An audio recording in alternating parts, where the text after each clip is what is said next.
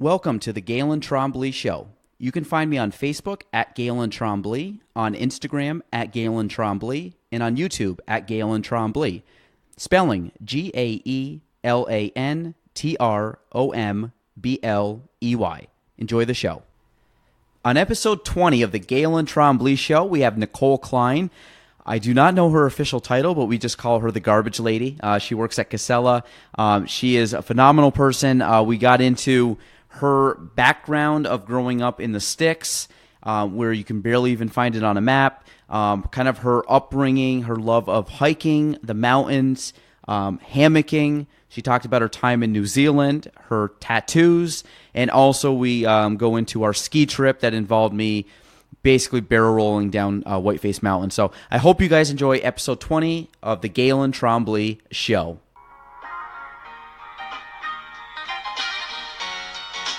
Welcome to the Gaelan Trombley Show.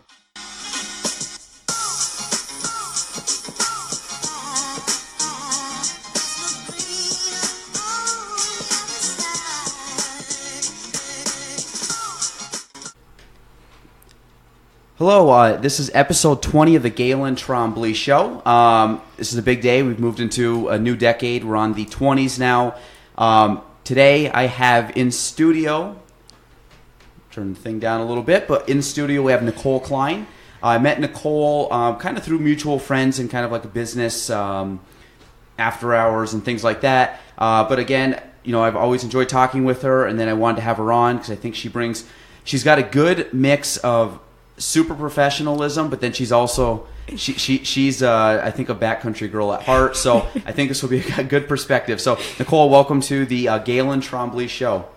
Thank you, I appreciate it. Is this your first podcast? It totally is, okay. And I'm probably going to be weird. That's all right. I think you already had mentioned that listening through the headsets is already kind of weird, but you'll be fine. You'll get used to it in about 20 minutes in. You'll probably be like, it's all good. So. Nicole, for people that do not know you, just kind of go a little bit into your background. I guess how you came to be 2019 Nicole. Ooh, that's a few years.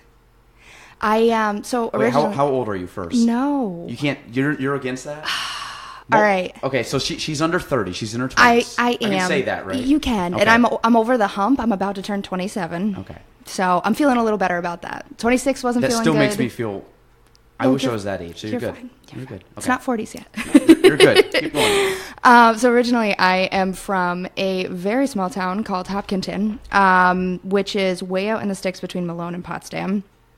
And I grew up off the grid. We lived on a seasonal road.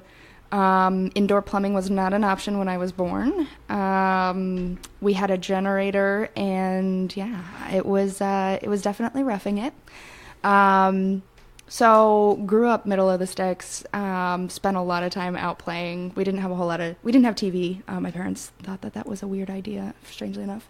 So that kind of formed a lot of my childhood. I just loved playing outside and hiking and canoeing and all that stuff. Ended up graduating from Potsdam High School. I moved when I was in high school, and then went to SUNY Potsdam. For the most useful degree in the world of anthropology. My parents obviously did not give me any guidance in that department. So I always tell people that I was professionally trained to talk to people for a living, which is about the only thing I got from that. Yeah, and then after I graduated, I did really well in school academically, but I didn't love it. I was more research-based, and I grew up with a blue-collar working family. So I ended up telling my advisor in like 10 days before graduation, while he had gotten me scholarships in a couple different places in Canada, like full rides to grad school. I told him that I had absolutely no interest in going to school again and being a researcher because I wanted to be happy. Right or wrong, I packed up my bags, went to Lake Placid because that was where the mountains were, and started working at a hotel. And kind of walked my way to Plattsburgh from there. So, yeah. So how did you end up in?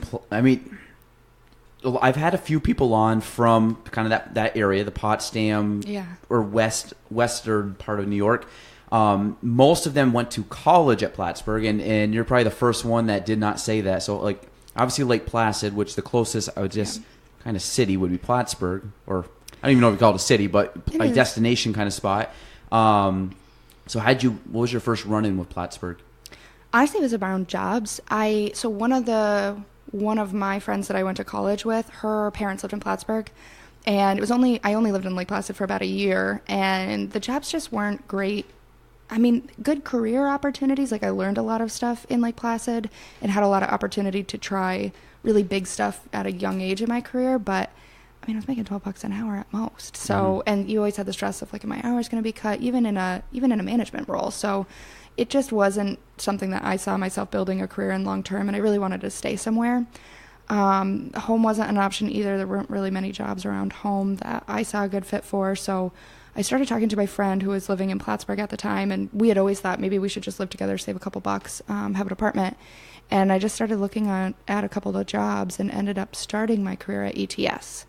And it was a lot of commission-based work, but there were a lot of things, like the whole job evolved as I was there. So I think what did I start out as? I started out as like an admin coordinator type person, so kind of marketing-ish. But you weren't in commission-based at that point? No, it was just hourly, and they were able to, I mean, everything's better than seasonal hourly work, so it got me in, and within like a couple months I ended up recruiting right away, which was cool. It all just kind of happened naturally, and I liked the environment here. I mean, it's definitely coming from a town of like a couple hundred people. It was huge to be in Plattsburgh, so I liked it. And I guess, so you pretty much have stayed north your whole life for the most part? Kind of northern. I mean, did you ever at any point move away, live somewhere else, in college, travel? Yeah, so in high school, I actually lived in New Zealand for a couple of months. Oh, cool. Totally thought I was going to stay there forever. Do you know what Vegemite is? I do. Okay, keep talking. It's awful. It's really awful. I tried it Sunday morning on the last podcast. Thought I was going to die. Yeah, that's about right. My throat's just recovering. But sorry, keep going. So you were in New Zealand, and so I volunteered between my junior and senior year of high school. I volunteered doing community service out in New Zealand and did some like outdoor backpacking for a month, and then community service for a couple months. And I was like dead set that I was going to go back to college in New Zealand. A little bit slower pace of life there.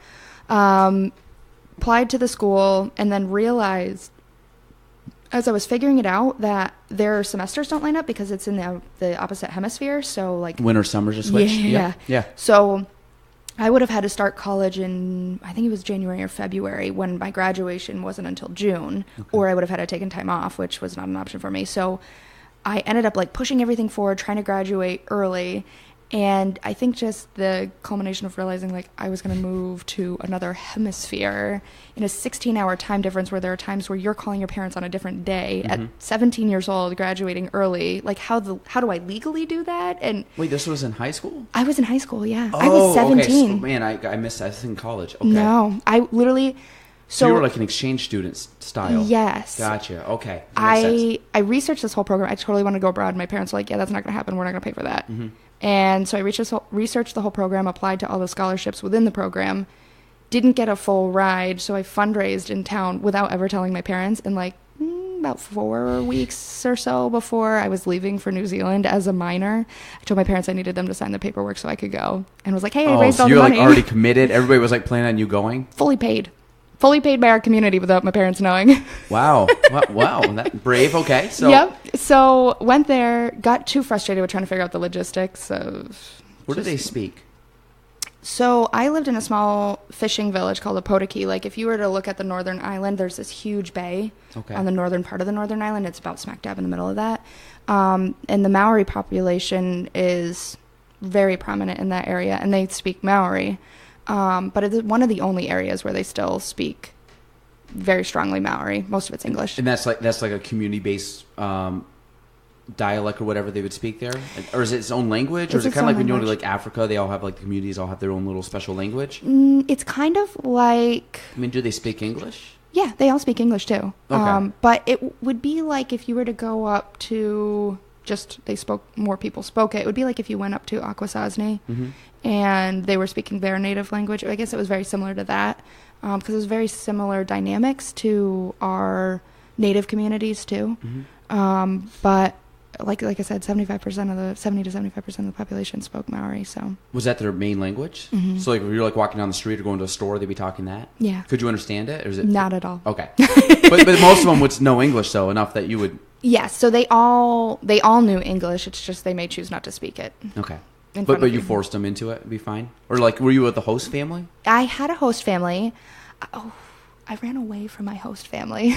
Wow, this is moved. This is all great. Right. Yeah. Back up here. Keep going. So, I was not a very good 17-year-old.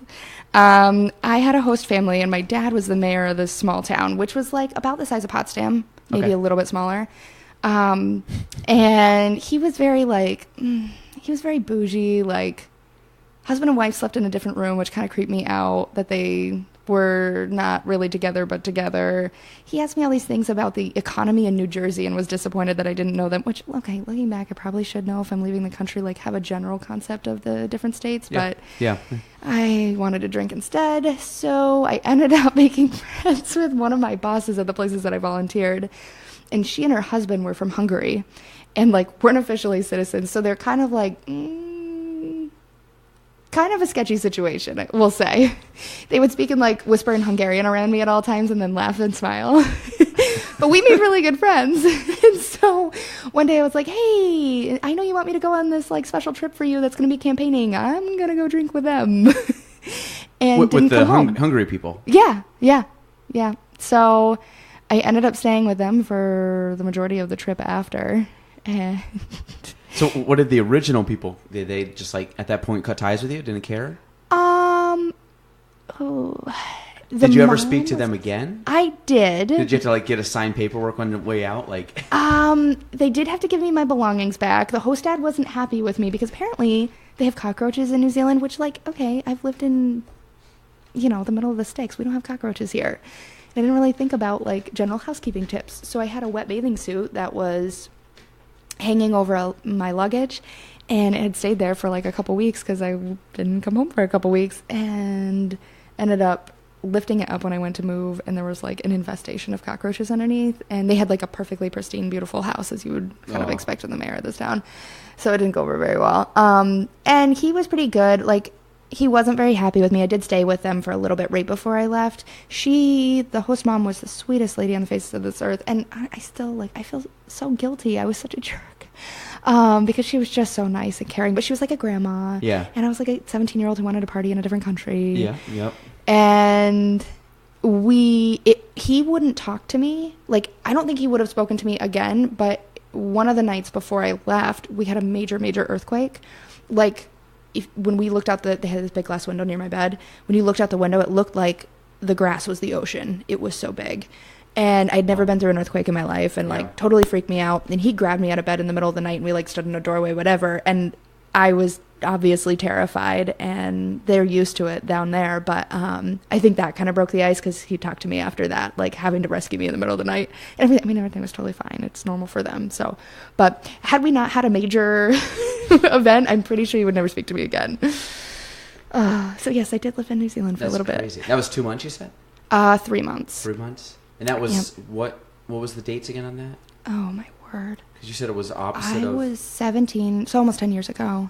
Mm-hmm. It was between my junior and senior year of high school. Was during the summer? Yep. So it was their winter. Yes, okay. Which is totally cool because I got a winter of skiing at home, went to New Zealand, got to ski all winter there. Oh, and then came back and got to ski all winter here. They have skiing there? Oh, yeah. We get out. So I don't know much about New Zealand. I always just think it's warm down there. No. So I was in the North Island, which is the warmest part. Again, it was their winter, which was probably it was 30s and 40s. But we hiked up. There's 4 volcanoes in the center of the mountain, and we hiked up a live volcano, which, okay, to some people who live near them, that's normal, but to me it was totally cool. Yeah, that's sweet. We built snow caves on top of the mountain, kind of like an igloo, slept in them, and then skied down. Skied down the volcano? Skied down the volcano. Wow. Totally the coolest thing ever. And we skied down to a hiking trail. We left our skis. Someone picked up our skis. We hiked for 3 days out in the middle of the woods, and then ended up we were supposed to go on a little bike trip in between, but we had to get a ride. I don't remember why. Maybe the weather was bad or something. Then we ended up going down to this big river and ended up canoeing for like 3 days after that. So it was like straight. You went from skiing to hiking to canoeing because the elevation change was so dramatic. What was it? I mean, was there a big temperature drop? Because you said you went swimming, right? Because you had a wet bathing suit. So you said swimming. They had a hot tub. Oh, okay. Yeah, sorry. no. I was thinking, I'm like, man, they got a real big... No, we went canoeing, but we had a canoe like in wetsuits and stuff. How'd you get up the volcano? Was it just hiking?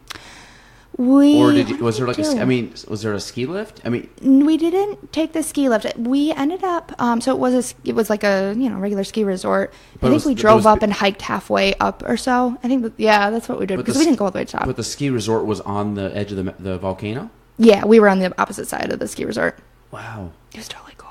That's sweet. I thought it was going to like erupt in my sleep in my snow cave, which would be a really good story. When's the last time it erupted? I don't remember. It was probably like hundreds of years before. Probably, but they were like, it's super active. And I'm like, oh my God, there'll be lava. Could you look inside and was it like bubbling? No, but it was, below? It was we didn't go all the way to the top, but it was like a perfect conical volcano. And the one next to it was a perfect cone as well. That's cool. The one next to it, oh God, I can't. Nyaruhoi was the name of it. It was the one that was used as Mount Doom in the Lord of the Rings. At least that's what people told me. The locals told me. I want to believe that because that's really cool. But I'm pretty sure it was because there was a lot of filming where I was of Lord of the Rings in that area. Oh, really? Yeah. Well, is the geography like I never watched Lord of the Rings, so I don't know. But is it kind of like Game of Thrones, like kind of that mountainside cliffs? Because like most of those I think are filmed kind of in like Scotland, Northern Ireland, kind of thing like that. So is it similar? Like kind of a lot of the cliffs with the grass on it and the mountainsides and things. Definitely those grassy, big rolling grassy hills that are semi-mountains. Really the only mountains that I saw, again, because I was in the North Island, which is pretty flat comparatively, were the volcanoes. Wow. But they were like, it was like flat, and then got these massive volcanoes. I've seen one volcano in my life, and it was in Italy. Ooh. Mount Vesuvius? That's the one that was like... That erupted over Pompeii? Yeah. Yes. So I went to Pompeii. Cool. I actually, when I... this was in high school, too. This was about 10 years ago, a little longer. I remember going over there, and...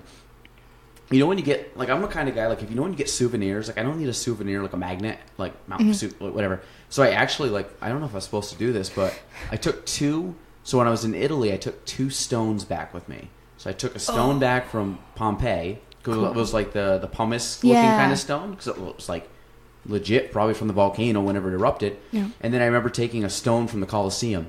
Like that's dangerous. I don't know if you're supposed to do that. So, you just said this live. I'm probably not going on that. Well, tape delayed, but we're. I don't know if I'm gonna like go around telling the Italians that, but. I just I kind of figured out of all this stuff, I might as well that's kind of historic. Who knows? Maybe that was their original stone from like 400 or 500 years ago. But I borrowed them both. I'll bring them back at some point. So you saved yourself. Yes, but it looks kind of cool. Like the pumice stone from like Pompeii was like legit, like a normal pumice stone. Like you would see like if people like scratch, like use like in the shower or something. But that's really it was very like porous and I don't know. I thought it was cool. Maybe it was. It definitely was not a replica because I grabbed it like in a spot that you probably wouldn't want to grab something out of. Kind of like like a legit like. Yeah, I had worked to get the stone. It wasn't like I just grabbed it off the sidewalk. Like it could have been anything. But I don't know. I'm always kind of fascinated by that kind of stuff, like local, either like beaches. I remember I had a teacher in high school. She would collect sand, or students would collect sand from her. So if they go like traveling, they would grab sand from the beach. They put it in little baggies, Ziploc it, and tag it. So she had like black sand. She had the really coarse sand. I think someone went to Hawaii and they had was it the black beaches or whatever. And then you had people that would like semi-local beaches. They'd go to like Maine or something. But there was a few all over the world, and she had this whole board. And they were all tacked up, so you could go and feel the different sands from all around the world. So it was kind of like a cool thing she did, which. Looking back at it now, like I kind of like that was a brilliant idea. Back then, you're 15, 16-year-old kid, and you're just like, oh, cool, sand, whatever. Yeah. But I just thought that was cool. That's awesome. So New Zealand, they do have skiing. Yes, they do have skiing. They have a lot of skiing in southern New Zealand. That's crazy. How long have you skied? Very long, but I'm not very good. Okay, so to preface this, I've gone skiing once with Nicole. She's I think you're very technically good. I think you are. You could ski almost anything. I think. I'm a granny skier. I think she's good. She's skied way more than I've ever skied. Oh, that's Actually, funny. I think you were the one where I was just trying to. It took me about 20 minutes just to put the boots on. Yes, that's true. So I did have to mom you with the boots. Yeah, she did. She did. I was actually excited. I remember going up there, and we got up there, and poor Meg was about the same as me. Like I'm not offering much when it comes to skiing. I really don't know what I'm doing. Like I'm kind of good once I get up there, but like I don't know how to really like. I'm kind of one of those like kids. I don't know how to dress myself to go out and play in the snow. But once I'm out there, I have a good time. So I ended up like I didn't even know you were there, and like I saw you, and I was so excited because I've never been to Whiteface. I was lost. I was like, I don't know where I'm going. People I don't even know how to put my boots on. And, so luckily we ran into you, but made me feel a little better. So no, New Zealand's good. So you came back, and then then you went to Potsdam. Yeah. So what made you go into anthropology? Oh, I don't even know. I took an anthropology class. I mean, like, anthropology is the study of, like, human culture, right? Yes. So it's not necessarily, like, bones and things like... It can be. Yeah. No, the archaeologists deal with the dead people, and then the anthropologists deal with the ones that are still alive. Yeah, so we took some classes, which was semi-cool. We learned about different, like, cultures and stuff at Plattsburgh State, but not enough where I'd want to go into that field. So what would make you like that? Was it... I have no idea. I truly don't. Like, because you stuck with it for 4 years. Oh my God. I have a black hole of a memory of when I decided this is a great idea. It wasn't bad. I took I kind of crafted a lot of my degree to what I wanted it to be, by just doing different elective stuff that I could make fit whatever I needed to. Mm-hmm. So I ended up focusing a lot on public policy and, kind of how culture shapes the way we respond to certain things. So I applied to and was fortunate enough to receive a grant to conduct a couple-year-long research project on what public policies were in place in Keene when Hurricane Irene came through, and like how volunteerism filled all the gaps in between, and how the culture of the small town communities really was the reason why they succeeded so well through the volunteer efforts. So I was really interested in that kind of thing. I was really interested, I thought of doing more like public policy related stuff in grad school, or I'd also looked at like ecotourism. So just trying to understand how people understand their surroundings and what their interests are. But coming from very small communities and having lived in so many very small communities, both here and throughout just all my travels, I was always interested in how that culture kind of shaped people's decisions and how they developed a sense of community, I guess. So I tried to shape a lot of my programs around that kind of stuff. Did you go to grad school? I did not. Like I said, 10 days out, I was like, no, I'm going to be happy. Now, so when you went for anthropology, was that, when you just said that was like going to graduate, that was your goal as to what you wanted to do? So the biggest thing that I wanted to do, oh gosh, I can't even remember the name of the grad school now. So there was a grad school in Vancouver that I ended up getting accepted to. And as I've kind of like had formulated the idea, I'm like, okay, I like jumping off cliffs in the middle of the woods and hiking big mountains, and I guess I can do some research. So what do I do with that? And I was like, okay, well, some of the ecotourism and that kind of stuff, community and economic development and community planning, that all relates to all the pieces that I'm interested in. And they had a program out there in Vancouver, and what their focus for me would have been in my grad program was to help, oh my gosh, I can't remember the name of that big mountain. There's a huge mountain out there. In Vancouver? Yeah, it's a huge ski resort. It's not Whistling? Whistler. Whistler? I think so. It's in British Columbia? Yes. Yes, okay, yep. So they would have had me focus there and help redo their tourism program from an anthropological lens of how do you develop this sense of community when you come and experience a place. So, I mean, it was really cool, but I started thinking about it. I'm like, like my family's over here. Yeah. My dad's really old. It's a really long flight. What's your family like? Dysfunctional. Sorry, Mom. Are you like shameless? You're one of those? We are proudly dysfunctional in our family. Do you have siblings? I do. So my mom, I have a sister on my mom's side who's 15 years older than me. Okay. And my mom was born, oh gosh, she was born in Alabama and then grew up in Louisiana, then like ditched it to California for her teenage years, and then at 18, like hauled off and went to Alaska. Okay. So a little bit of backdrop, like wild and crazy mom. Yeah. And my mom ended up moving from somewhere in between, not too long between Alaska. She ended up in Florida, and my sister was really young at the time. And met my dad, who, my dad has been a carpenter forever. It sounds wild and crazy. My dad's been a carpenter forever, and he was a carpenter. She was a bank teller. He was a carpenter in Florida, but he was only a carpenter a few months out of the year because he was actually a full-time sailor. Like, he was sailing in the Bahamas, and he would come in just to fix his boat, take a few odd jobs to make enough money to restock the boat and go out in the ocean for like 8-10 months. And so Dad wooed Mom, little Mom bank teller here, who's got these starry eyes of I love traveling the world.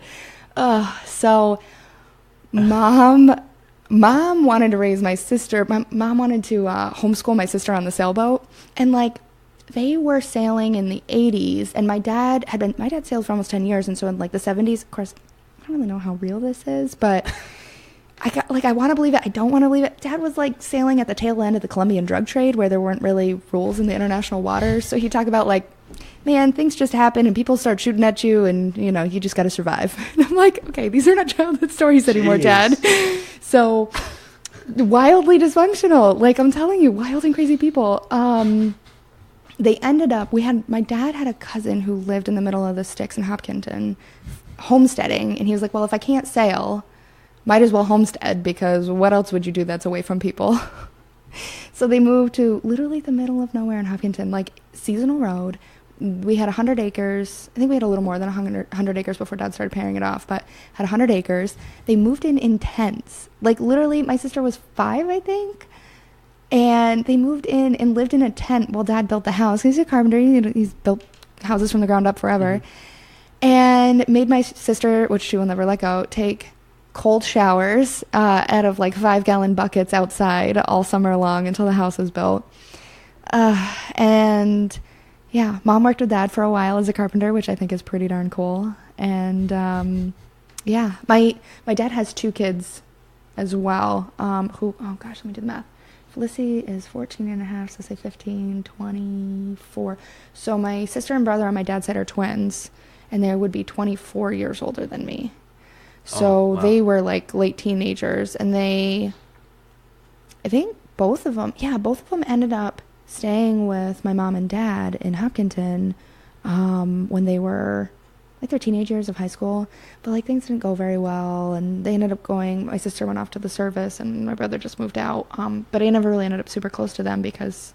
yeah, age. Is huge age difference. Do you see them a lot, the 3 siblings? No. So, unfortunately, when I was 3, my brother passed away.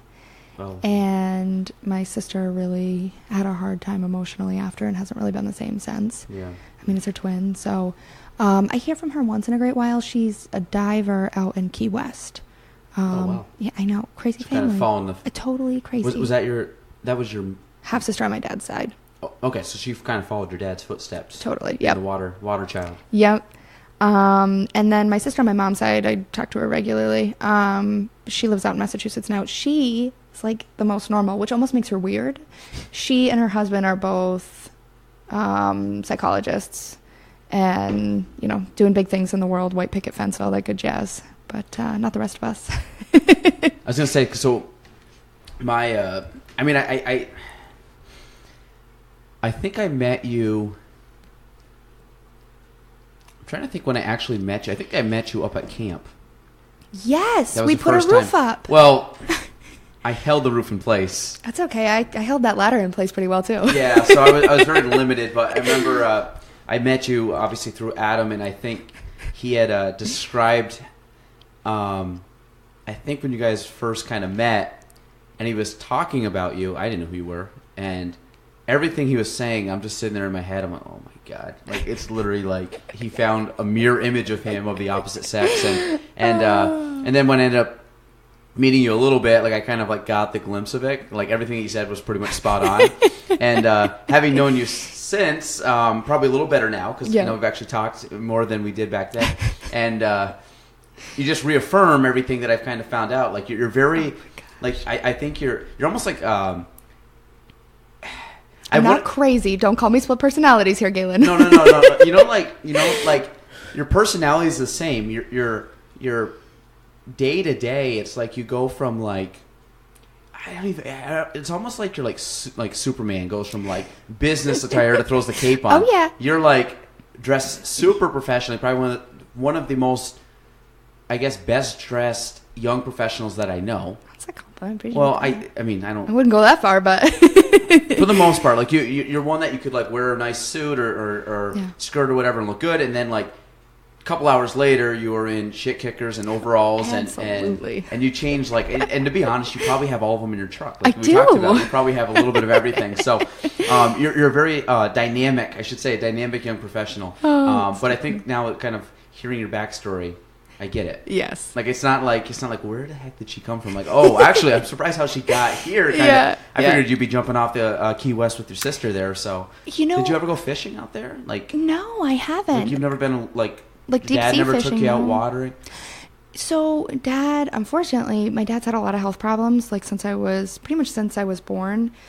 So he hadn't been able to go sailing, and I mean, we enjoyed the local things, but I think between that and just work, I mean, my dad's owned his own business. He owned his own business, let's see, 14 to 70? I don't know. Do the math on that. Your dad's in his 70s now? Yeah, he's in his early 70s, and he just finally retired a couple years ago. Yeah. So he's going to do a side gig now. Yeah, exactly. But he's still doing the carpentry, and that's... That was his gig for... Yeah, so he built houses. He started out just doing like little stuff, because he literally started his business at 14 years old, building a root cellar for somebody. Wow. Which was super cool. And anyway, it ascended into more and more. And he ended up building developments in Florida before he went sailing. Before he went sailing, yeah. So he would do, like, he was the GC and had several crews that would come in. So he had, like, the framing crew, he had the electrical crew, he had the painting crew, all that stuff. And he would build, like, entire developments in super short time, because he'd just send one crew to the next, to the next, to the next, and you'd have a house in 2 weeks. Yeah. Which is crazy. And then he took it back here, and he did more custom homes, because his specialty was, like, the kitchens and baths, and he worked on a lot of the, like, not the huge crazy things, but like the small multi-million-dollar mansions. He would do like kitchens, baths in there, but like all the ones that are really, really, really far in the sticks in like western St. Lawrence County, or on the way to and in Saranac Lake area. So it wasn't like the classic Lake Placid stuff. It'd be stuff that'd be like, I didn't even know that was there. Like, we're going so far out, and he would do some pretty cool jobs. So I think that's like, I think about where we live now, like Plattsburgh. If you go, obviously, the northern, very top of the air of New York State, like Plattsburgh's the most populous area. Yeah, I would think, or very darn close to it. Yeah. But like as you start going out to like the Adirondacks, like I never really grew up in that. I have no friends that like now that have come, like you, Adam, even like Ellie and Brittany and stuff. That like they lived like out in the sticks, and like it was funny because every once in a while you'd have to drive out there for stuff, but I never was really a Western New York kind of guy.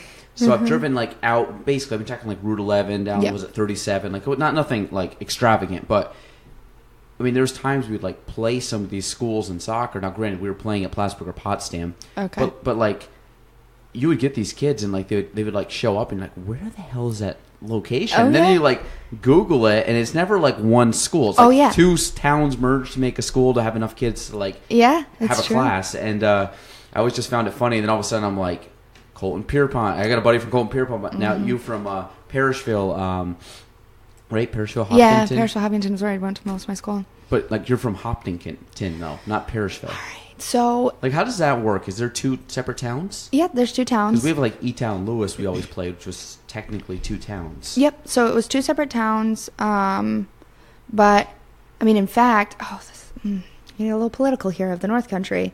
So, Parrishville and Hopkinton merged to make that school. But, like, for example, my sister graduated there, and her graduating class was, like, 25, 24. Mine would have been in the low 40s if everyone graduated, which, I mean, the likelihood of everybody graduating is pretty slim. So, but it was so much. Like, it was pre-K through 12 in the same building. Just struggle to keep enough people to from a financial standpoint, keep the school going. So they actually started looking at merging and making a new school. Colton Pierpont, who was our rivals, which not going to happen. They were even smaller. They were like almost half the size.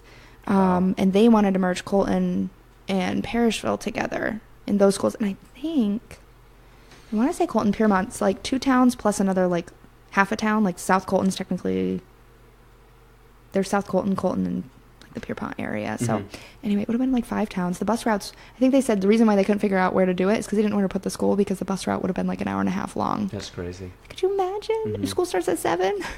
Well, I think St. Lawrence County is the largest by geographics in New York State. Because like you take like NAC up here, Northern Adirondack. I mean, like the bus route, you have kids in like Ellenburg Depot. I know.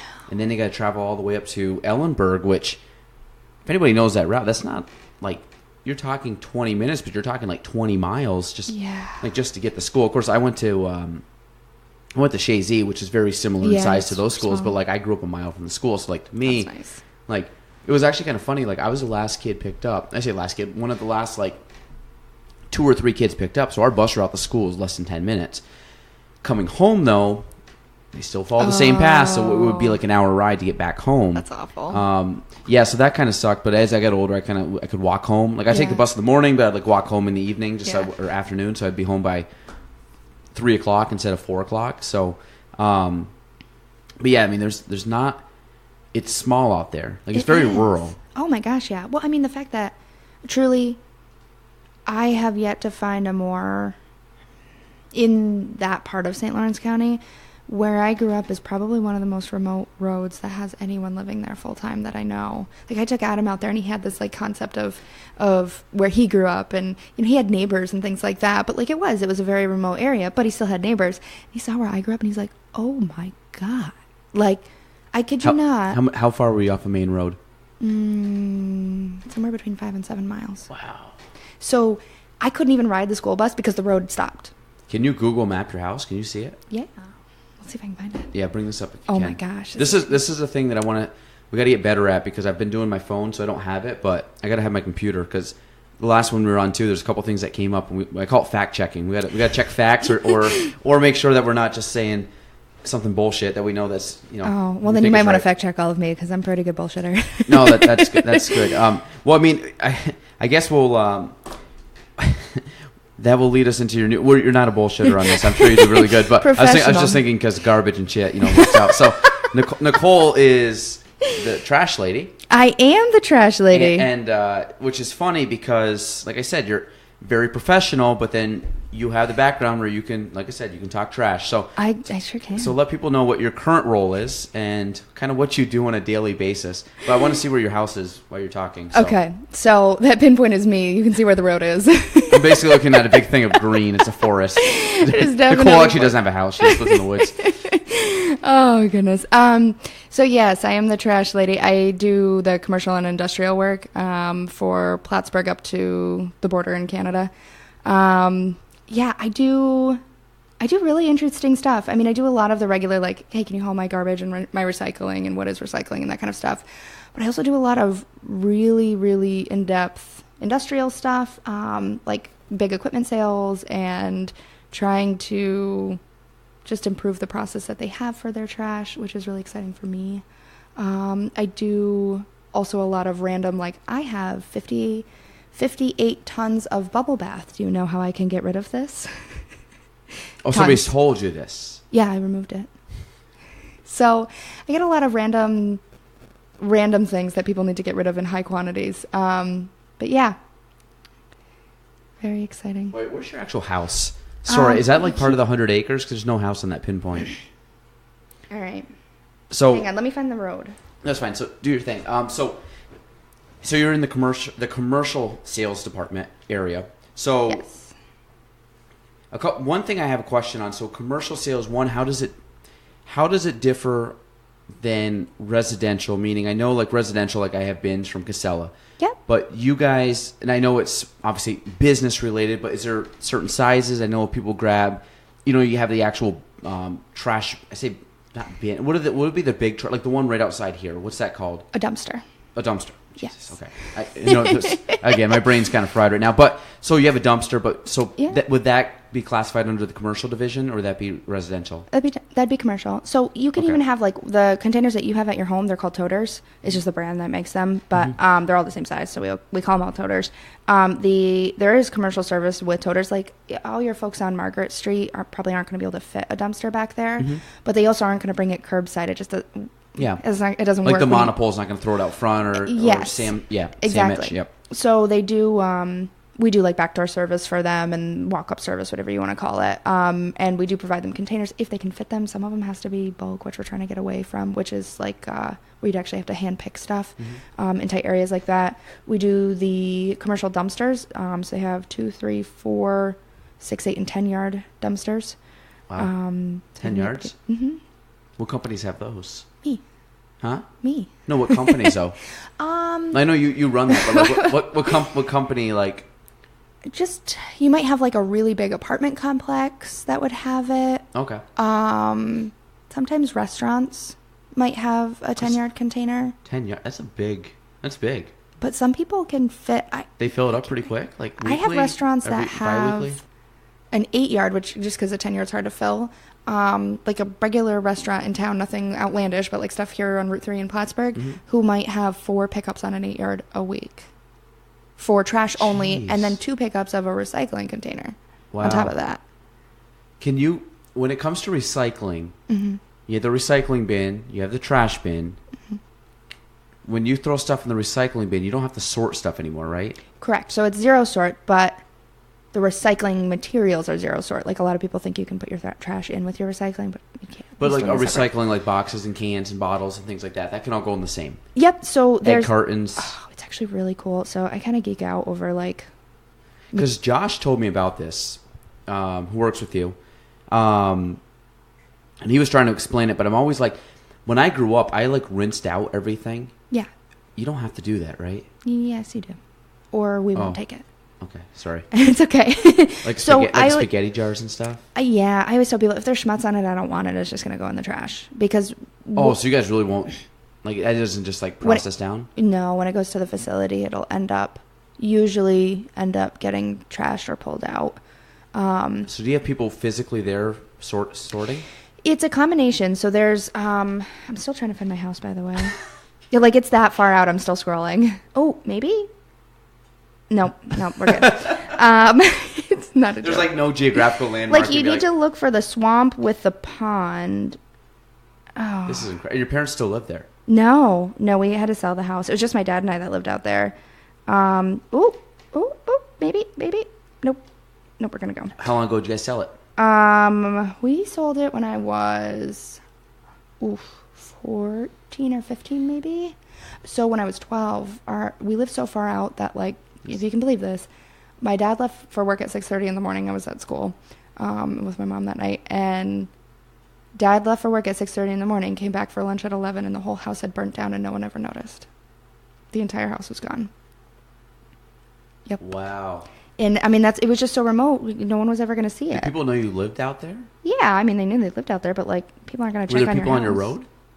No, I mean, not that aspect, but like, were there people that lived on your road, or was your road just a 5-mile long nothing? No, there are definitely people on the road. There was a maintained section. Oh, it's sending me backwards. That's why I couldn't find it.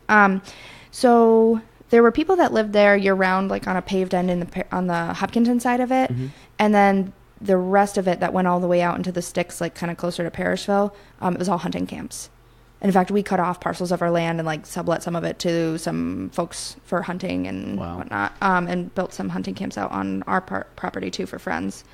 All right, I have to scroll the other way, Gaelan. Okay, so we'll keep talking. We'll keep doing this. So the other thing I wanted, you said you haven't drove the truck, right? The trash truck.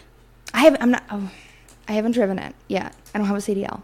Are you working to get that so you can drive? I want to. Or is that just kind of like just something that'd be super fun to do? No, I really want to. Okay, so that's my house. This road back here was actually a road that we made, and these are the camps that we had built in the back.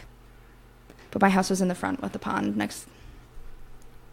Adirondack Park was the road, or no? No, when it's an unnamed road in the middle of the woods, they call it Adirondack Park.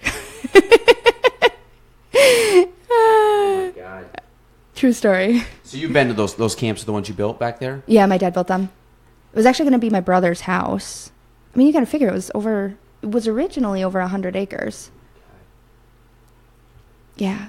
That was going to be his next door neighbor house. What's all this right here? Swamp. That's where I learned my best fishing skills, or frogging. Dad taught me to frog. So you guys had the pond? Yep. Dad built the pond. Oh, really? Okay. It was a stream that went through, and he just dug it out, and we stocked it with fish so we could. So how big? Fish. What's that? The garage? Yep, that was garage and workshop. Wow, this has got to be since. Oh yeah, that's the house rebuilt. So the house burnt down, and we ended up rebuilding the house, which is kind of cool. As a young kid, to get to rebuild the house with my dad, but it was just too much to stay out there and have to rebuild a generator every winter. So Santamore was your road? Santamont. So you would drive out this way? Yes. To get to, like, civilization? It's still civilized out there, Gaelan. How far were you from, like, school? 25 minutes. Okay. Parrishville. Yeah. Sticks. I'm telling you. So Potsdam. There you go. Yeah, there is civilization nearby. I used to have to go shopping. The only shopping that you could have when I was growing up, at least, was the Walmart in Messina. There wasn't one in between Potsdam and Canton. So we used to have to drive almost an hour to Walmart for all of our shopping, or 30 minutes or so into Potsdam if you just needed groceries. It's pretty remote. And now I'm in the big city living of Plattsburgh. Yeah, I guess so. You moved on up. It's a big city for me. Okay, so I don't know a lot, but then you have SUNY Potsdam. So Clarkson's right there too. Yeah, Clarkson's right in Potsdam. I don't think I've ever been to Clarkson. Where's St. Lawrence? Is that? It's in Canton, the next town over if you go west. Oh, there we are. Okay. See, I know the names, like Governor Edwards. Isn't there a school called Edward Knox? Edward Knox. Edward Knox. You always call it Knox. Edward Knox. Oh, that's hilarious. Is it? Where's Knox? Is that really a place? It is a place. Herman I don't know DeKalb? Oh yeah. Big city of DeKalb. Man, there was some buttes out there. There's some funny names. We should just make fun of them all, but yeah. So we'd go to Ogdensburg. That's about as far as we went. Hewelton's way out there. Isn't Harrisville? Yeah, there's a Parrishville and a Harrisville. I think Harrisville is as far out as you can get. Yeah, right down there. Ooh. Like Harrisville. It's almost neighbors. Fort Drum. It's like 20 minutes from Fort Drum, Indian River. So we played. We played them before too, and they had like travel up, and I felt bad because we. Sorry, here you go. So I felt bad because they ended up coming up for soccer, and I think we beat them like 10-0. Oh. And I was like, God, you kind of felt bad for them because like it's almost one where you just like you made it that far, but you almost want to just call up and be like, okay, like we're good. We gotta we don't want to travel 6 hours today. Oh my god. But so you don't drive a garbage truck, but the other thing cool about you is you do drive a truck. I do drive a truck. That's new. It is new. Which I found out when you were going to buy a truck. I kind of thought it was funny, but then I realized that that's kind of like the natural progression of your. So why'd you get a truck? Well, okay, so I used to drive. I called it the tiny toy car, but it was a Subaru Impreza Sport, so it had like the hatchback. Mm-hmm.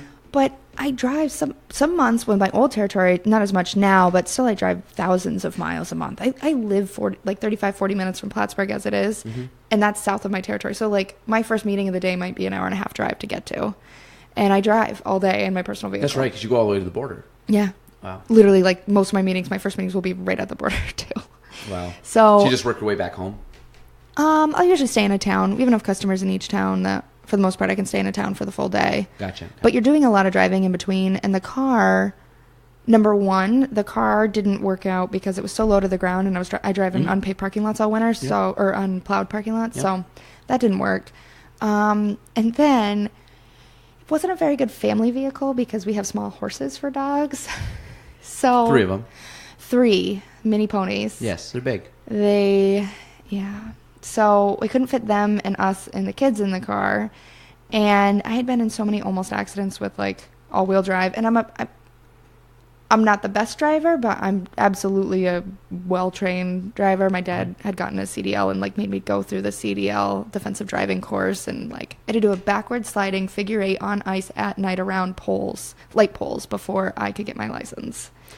This was your father doing this for you? He made me do it. Yes, but this wasn't like a legal test thing. This was like back roads? No, this was like, Daddy, don't sign off until you can do this. Kind of like earn your stripes kind of thing. Yes. Okay. This was done like privately on the side. Yes, but okay, he made me. I don't think I've ever had to I've had anybody ever say that. Oh no. And then I ended up taking my driving test in an ice storm. There you go. Perfect parallel park was the only reason I still got it. But so like I'm not the worst driver, and I just putting thousands of miles on a month, I was just in so much frustration and too many almost accidents with just the bad weather. So I wanted 4-wheel drive, and then like you can get an SUV. I'm like, dude, I don't want a mom-mobile. Like, I don't want a mom-mobile. I've secretly always wanted the truck. I think I will. I think I will get one at some point. Do I need one? Probably not, but there's a lot of practicality to it. Get 3 dogs, and then you have the excuse. Well, I'm not going to get 3 dogs. So I actually thank you guys the other day for not allowing the dogs in because I would have died. But I know, Adam was saying that. I went up to Nicole's house for day before St. Patrick's Day. Pre-St. Patty's Day. Pre-St. Patty's Day. But we drank Guinness and ate corned beef and cabbage. We did. It was about as Irish you could get up in the Forks. So I was pretty impressed. It was good. I actually had a good time. I was glad I went up. So no, I think the truck is something I would like to get at some point. There's always a couple. I'm not a big car guy, but now that I've grown up a little bit, like we have 2 cars. One's a Volkswagen, which is way nicer than I have a Honda. Volkswagen, like no comparison. No, it drives so smooth, and that's my wife's car, so I don't get to drive that. I mean, I do, but it's not my day-to-day car. But if like a truck would be sweet, just because I'm the same way. Like we go in unplowed areas, you know, on the road. I mean, could be a couple hours a day, depending on how many appointments or where they are. So part of it is like I haven't got to the point yet where I've really splurged on a vehicle because I'm kind of like I'm very, I got other things that take precedence kind of, but like in the back of my mind, I think I'm about a year or 2 away. Like I really want to just see if I can get like a nice truck, just because I don't need it, but practicality and just something we always had a truck when we were growing up. My dad always had one, so I've always. I probably will. I talk about it. I probably will at some point. I'll talk myself into getting one, but I just think it'd be cool. It's a very different experience, especially because you have rear-wheel drive, so you have to kind of. Well, it's an all-wheel drive. No, you will in a truck though. Oh, sorry. Yes. So it took me just a couple days to refigure out how not to slide. But I mean, it's nice. Like I live on the side of a little hill that's full of ice all the time, and I never have to push my car out of it now. Yeah, no, I think it's cool. Like I said, I saw you rolling into the chamber, and I looked at it, and I was thinking of like one of the garbage there's a guy that does like the commercial service, like the cleaning, and then there's a couple other people that like I was thinking it was one of those guys rolling in. All of a sudden, like I look up and it's like Nicole gives me the wave going in. I'm like, I forgot she got a truck. So it looked good. It's you sit very high. It's empowering. You're high off the ground. Yeah.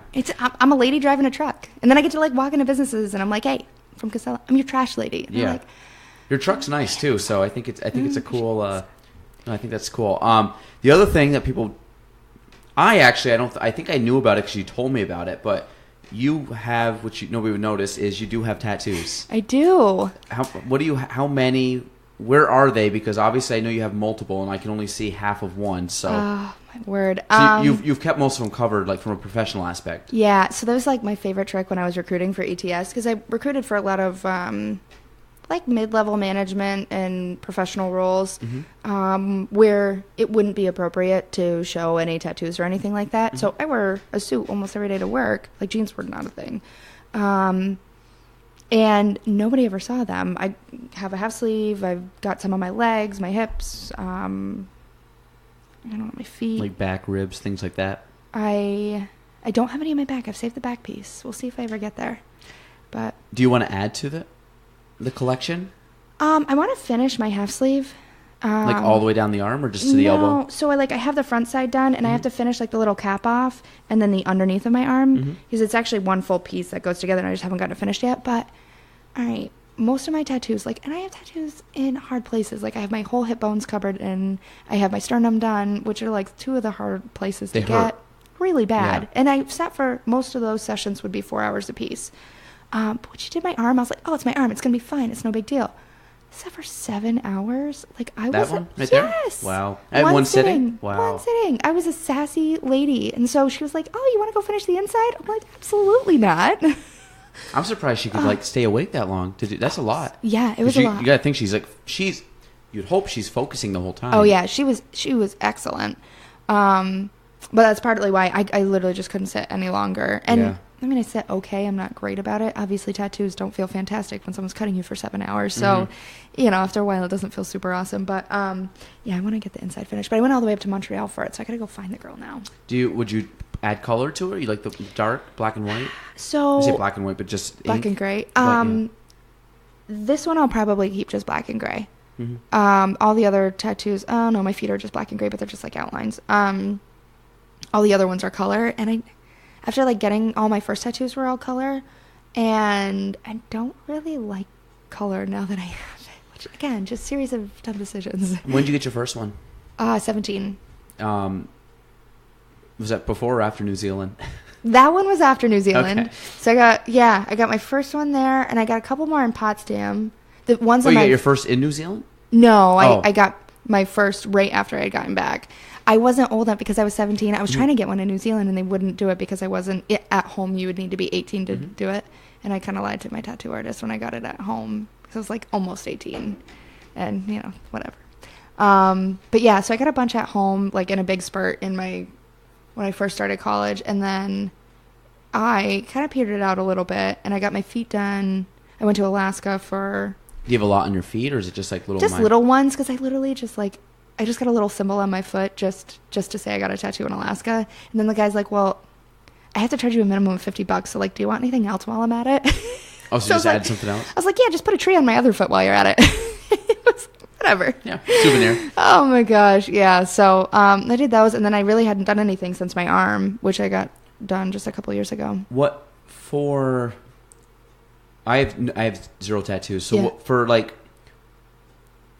how long does it take you to figure out what? Are you pretty spontaneous? Like, I want that, or do you think about it?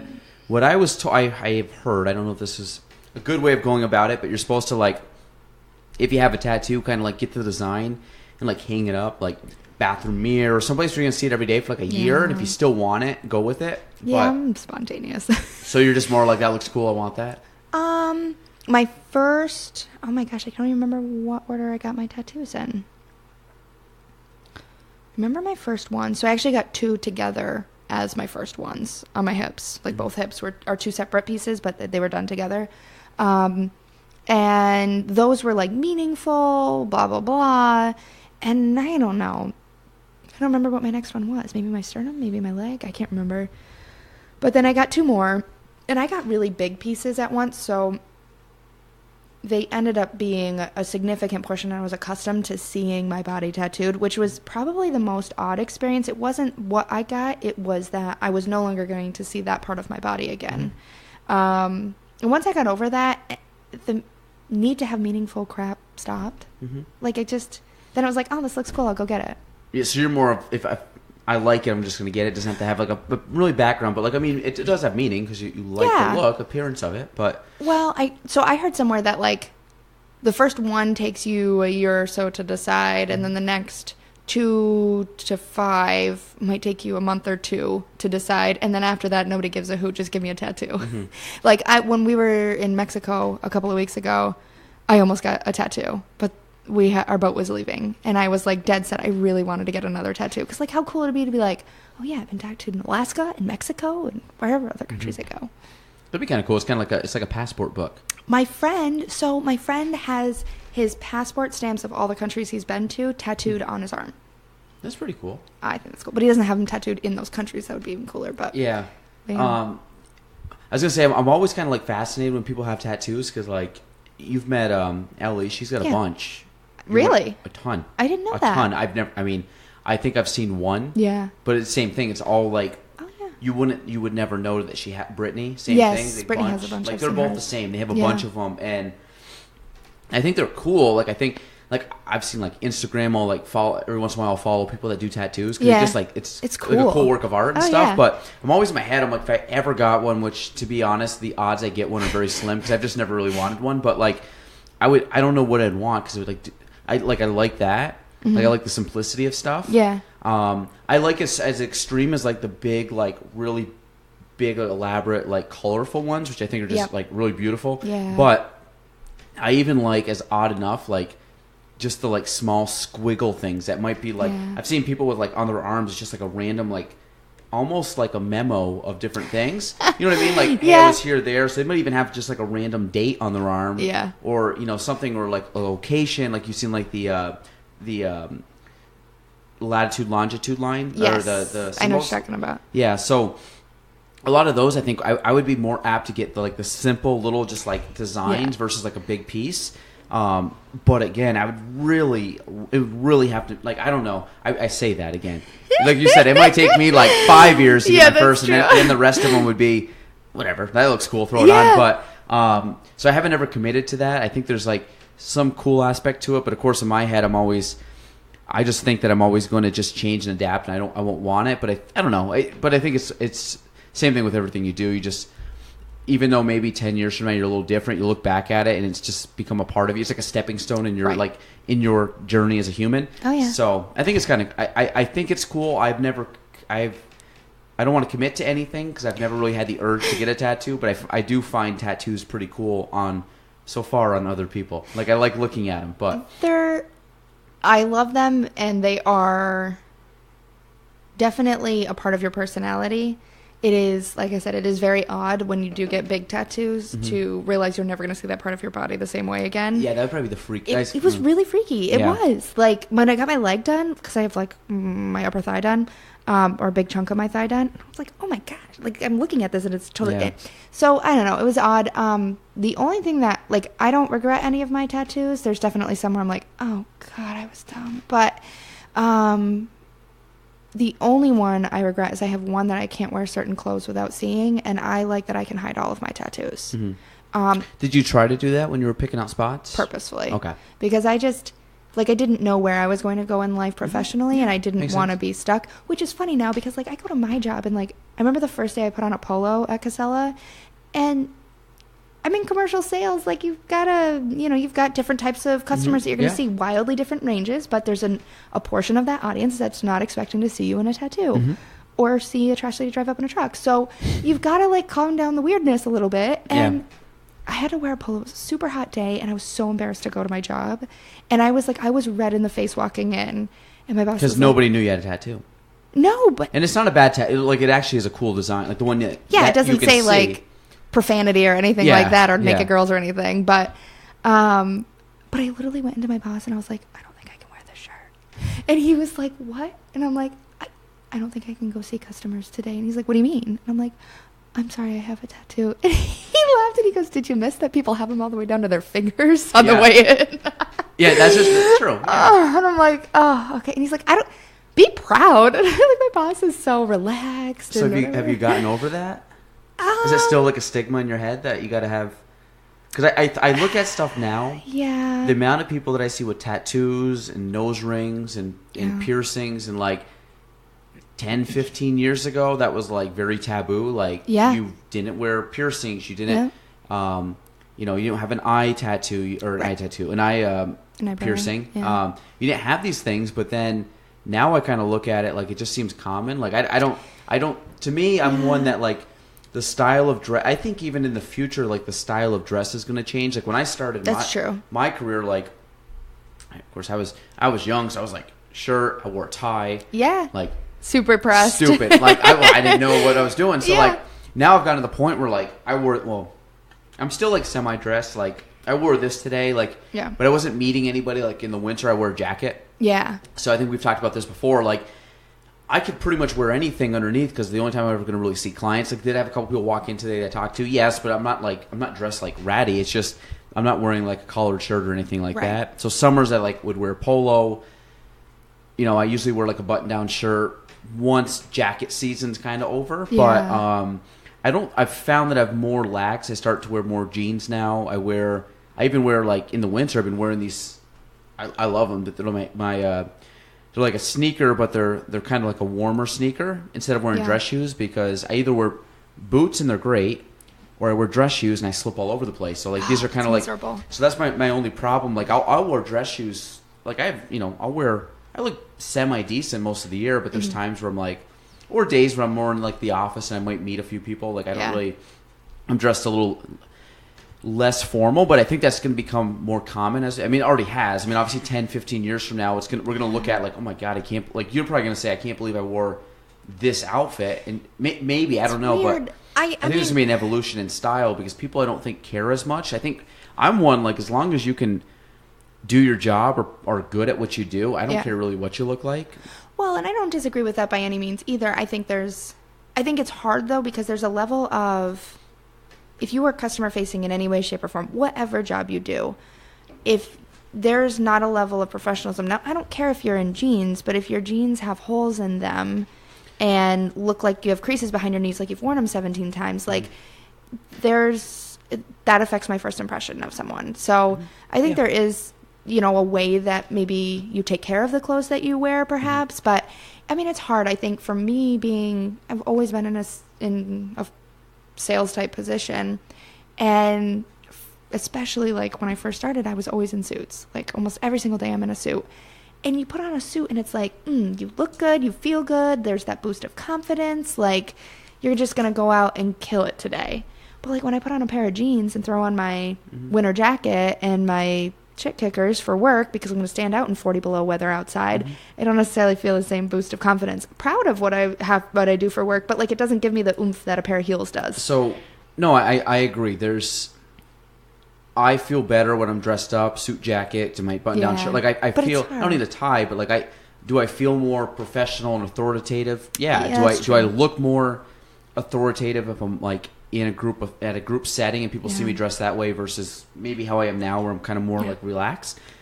Certainly, I'm the same as you. Do I put this on in the morning and feel more kind of like a laid back day? 100%. Versus like days that I'm like probably dressing up because I have a few meetings to meet with people.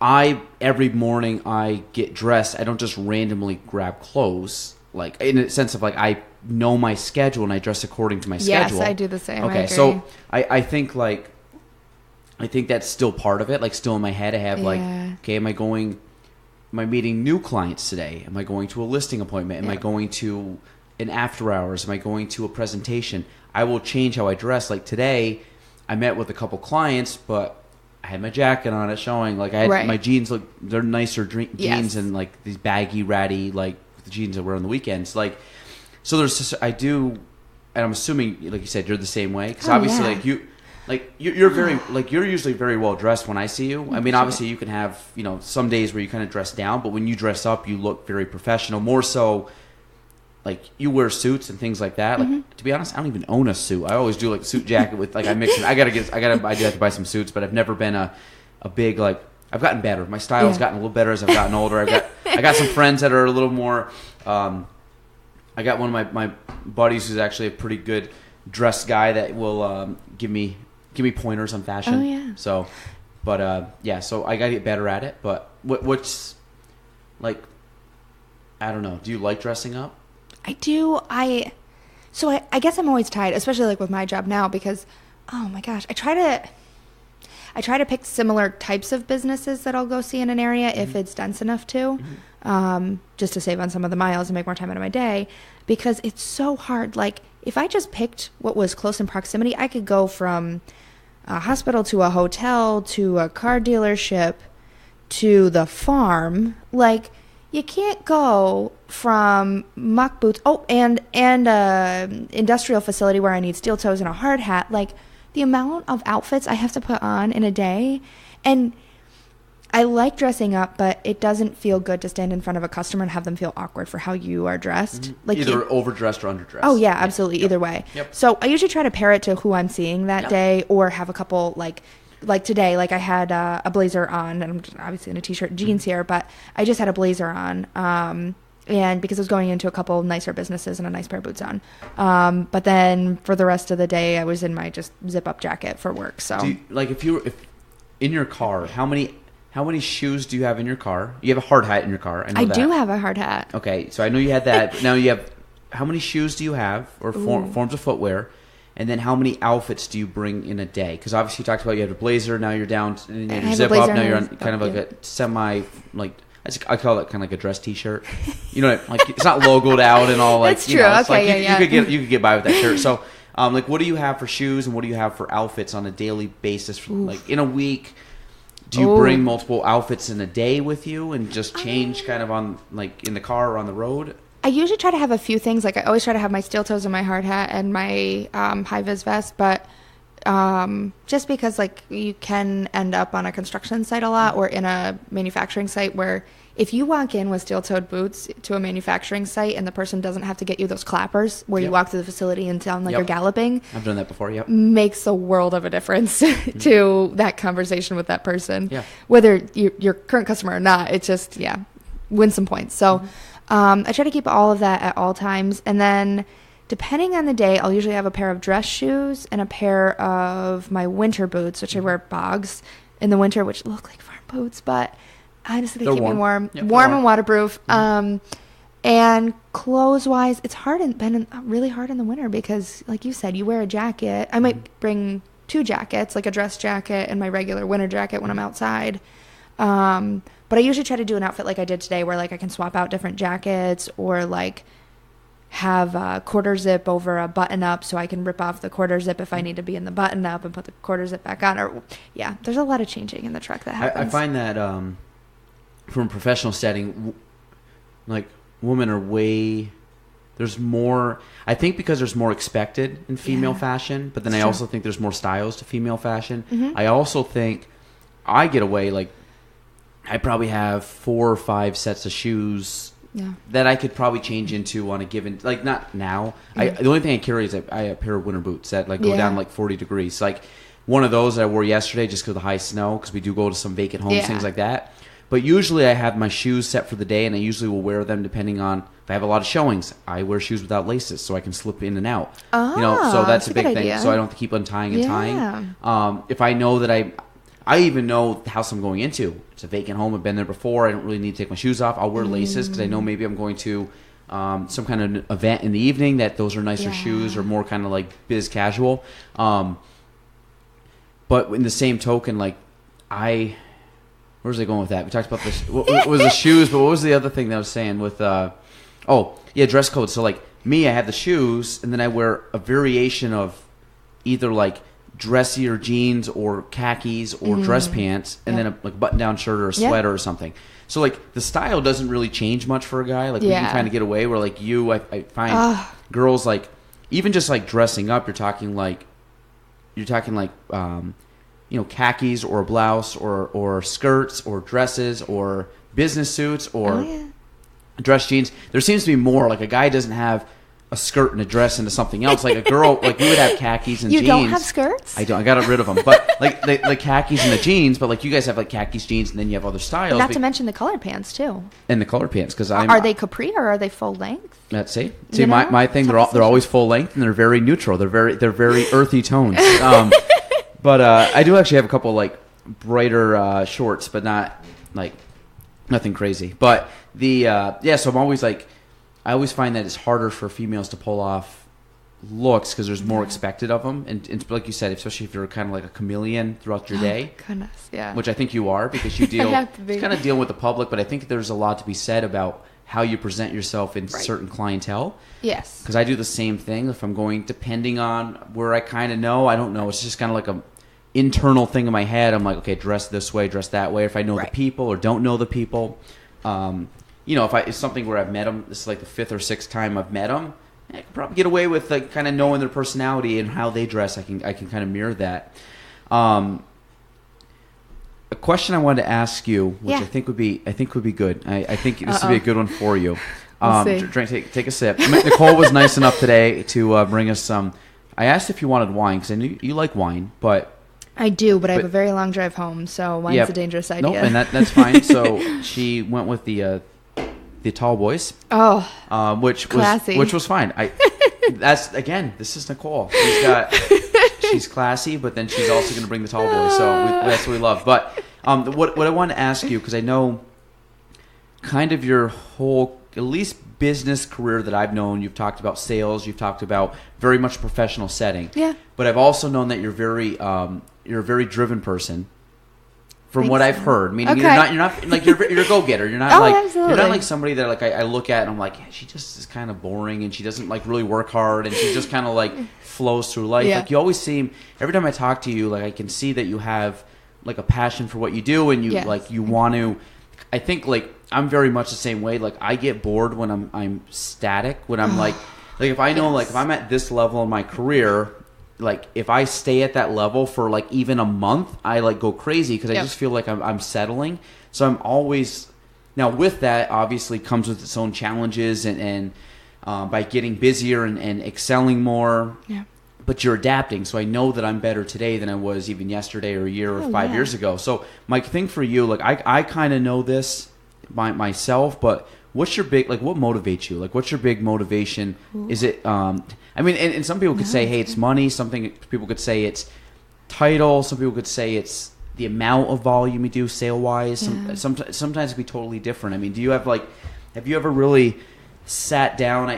I know you have. I mean, I'm kind of doing this more for the people listening, but like what's your motivation in your, I guess, career? It doesn't even have to be Casella, but like your career as a professional. I guess it doesn't even have to be work career. Maybe it's just you as a person, but that, and then kind of what are your, I guess, plans from, I mean, we've talked about the whiteboard and stuff, but I know you obviously have goals. I know you're, like I said, you're a driven person. So kind of what motivates you? How do you go about it? How do you practice and execute what you want to accomplish? Oof. I don't know if you ever thought about it. I know you have, but like... No, I have. Yeah. I think like the overarching theme and anything from work to anything outside of directly Casella work, I really like helping people and particularly helping people in our local community. So anything that revolves around that. So like my day-to-day, I'm just working with a ton of businesses in the area and yeah, it's just trash, but they've got to get rid of it. It's got to go somewhere.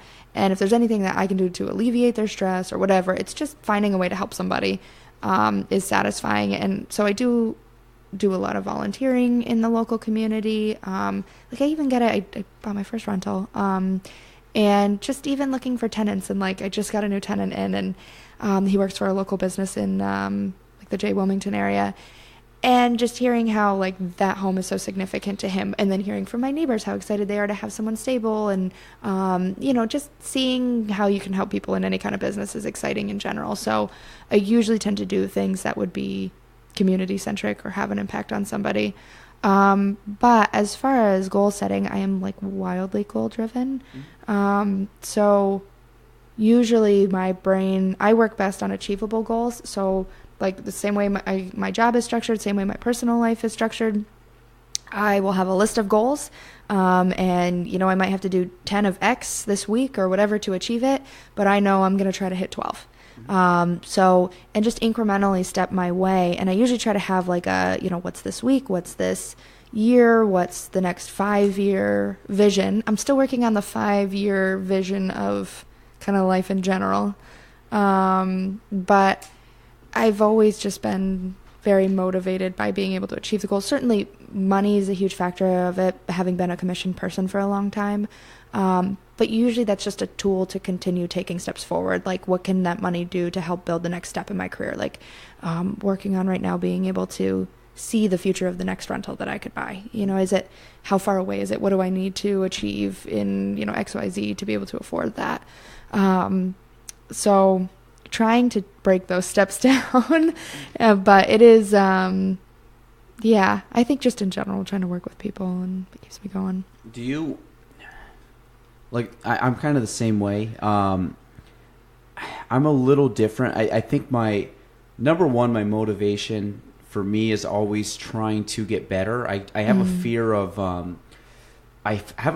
like lack of potential, if that makes sense. Really? Okay. If it's one where, meaning like if I don't think that I'm like squeezing every ounce of my potential out of myself, meaning I'm not the most gifted. I'm I mean, people listen to this podcast. I'm not the best interviewer. I stumble. I'm terrible with words, but you did just fine, Gaelan. But at the same time, like I'm trying to always improve. So like I have a kind of a thing I have on my desk, and it's basically a lot of it like kind of like what motivates you. And I think a lot of it is there's a potential, especially because I'm a commission based. There's always the there's always the fear of lack of financial stability. Yes. And that's I don't think I'll ever get by that because I'm one day away from not being in a position like, especially, I mean, right now, I hope not to be in the future, but like if I get sick or injured or catastrophic, like I'm not sitting there like I got years to go before I'm in a position where I really feel like stable, which there's a motivation there, but my bigger motivation is like I said, lack of potential, where if I just find that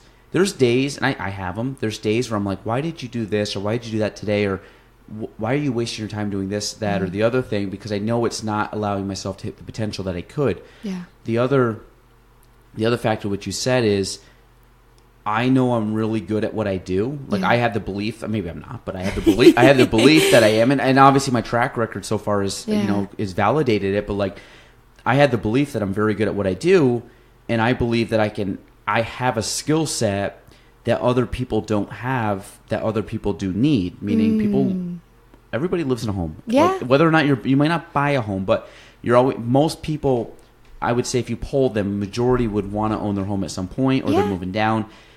Like you said, trash isn't going anywhere. Yeah, and I think you joke about it. Like you're always going to be in business because until they find a way to just make trash dissolve in thin air, you're going to be in business. But I look at that, and I think you're the same. Is that you have a skill set, you're good at what you do, and it's just one where if you have the confidence, and then that, like I look at it every day that I literally think everybody that's looking to buy or sell a home should contact me because I think I believe in my head that I'm the best at there is, and like is that right? Is that a little foolish to think? Possibly, but I think it's gotten me to this position, and I'm not, I mean, based on what I've accomplished, I don't think I'm far off, but I really think I have the belief that, I can help everybody out there, and I know the best route to help somebody. And I think that, like for you, if you think that from, like I said, from a helping perspective, because to be honest, it's probably bad.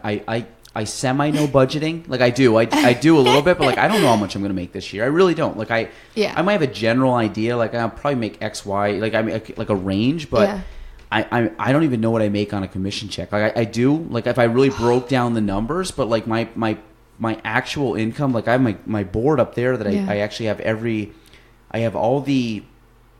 I go by how many homes I sell. I track the volume I sell just for the fact that kind of gives me a little perspective on, but like I really look at how many people I can help, which is like, and the thing is every year my goal bumps up quite a bit, but it's obtainable. Yes. But it's like oh shit, I got to try to accomplish that every year. And and the funny thing is my 2 years ago, I beat my goal by 10%. Ooh. Which was good, and which is quite a bit. And then my next year I was like, I beat that goal by, I shouldn't say 10%, but it was like, whatever it was like, I did my goal plus I did another 50% of that goal. Ooh. Is that 150%?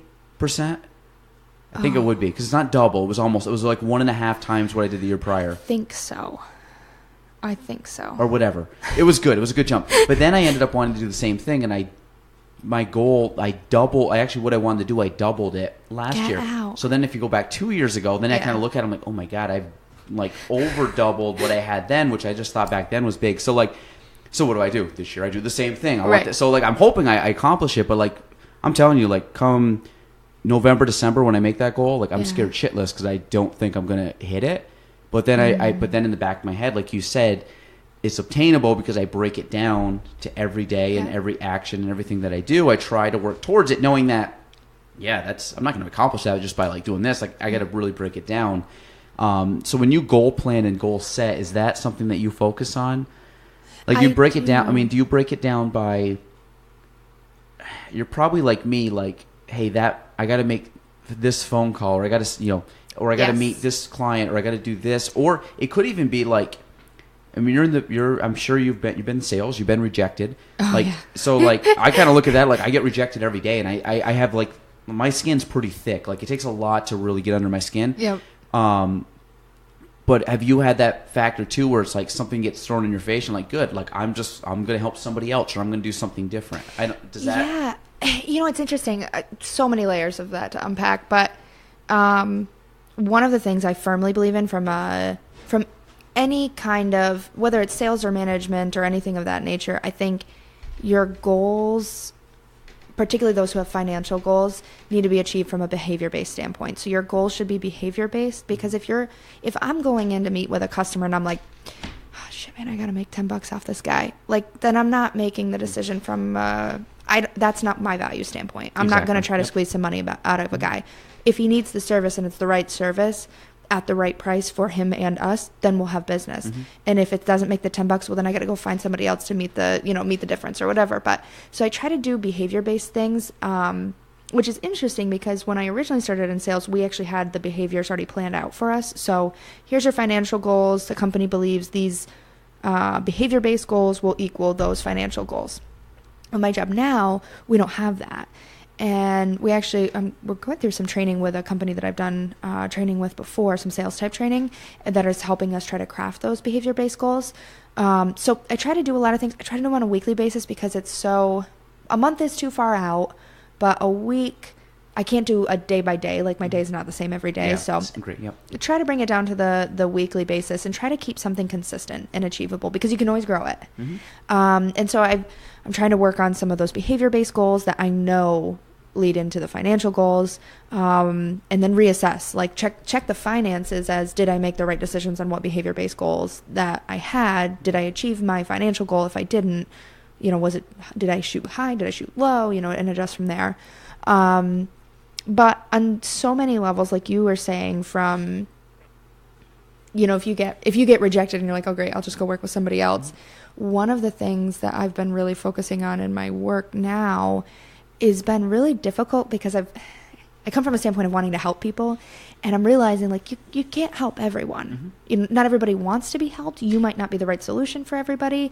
There's so many different layers in between, and I do firmly believed in the model of every year you should get rid of your bottom 10% so you can grow that much mm-hmm. farther on your top end. Whether that's growing your current customers or whatever, but I've had to start looking seriously at accounts that are bleeding us from an administrative time standpoint. So, like, if you have a customer that's making you enough margin to have 2 pennies to rub together at the end of the day, do you really still have 2 pennies if you're spending, 5 hours a month in collections calls? Well, mm-hmm. probably not. If you mm-hmm. only had 2 pennies that month, that doesn't cover the admin costs. So mm-hmm. it's kind of hard to step away and separate yourself from a customer, but you got to realize when it's not the right fit for both at the same time. So I kind of had to do the dreary side. That's something that I knew this day was coming for me, meaning like, this is my 9th year. I've talked about this before on the show. My first year, I sold 3 homes, and I would go in and I would have 1 to 3 calls a day. Mm-hmm. That was my business. I didn't really know what I was doing. Yeah. I wasn't very proactive at going and generating business. So I knew there would become a day where I just don't have time. Yeah. I'm hitting that point now where I just don't have time. I have 5, I would say on average, I meet with 3 to 6 different people a day in different capacities. Every day I look at my calendar. You're probably the 5th or 6th person today. Same thing tomorrow. Yeah. Then I look at it and I go, when do I have time in that time frame to make my outbound prospecting calls, which I try to do every day? Well, I'll tell you right now, today is Tuesday, tomorrow's going on Wednesday. I touched 5 of probably 70 people that I had to contact Monday. Guess what happened today? I have add on Tuesday, add on a couple. Now I got some stuff done, but I'm rolling in tomorrow with my database tomorrow. I have to contact about 100 people. And guess what? I got 6 appointments. So like this is literally my life. Every day starts Monday, and I really try to make my Monday as packed as possible from a call standpoint.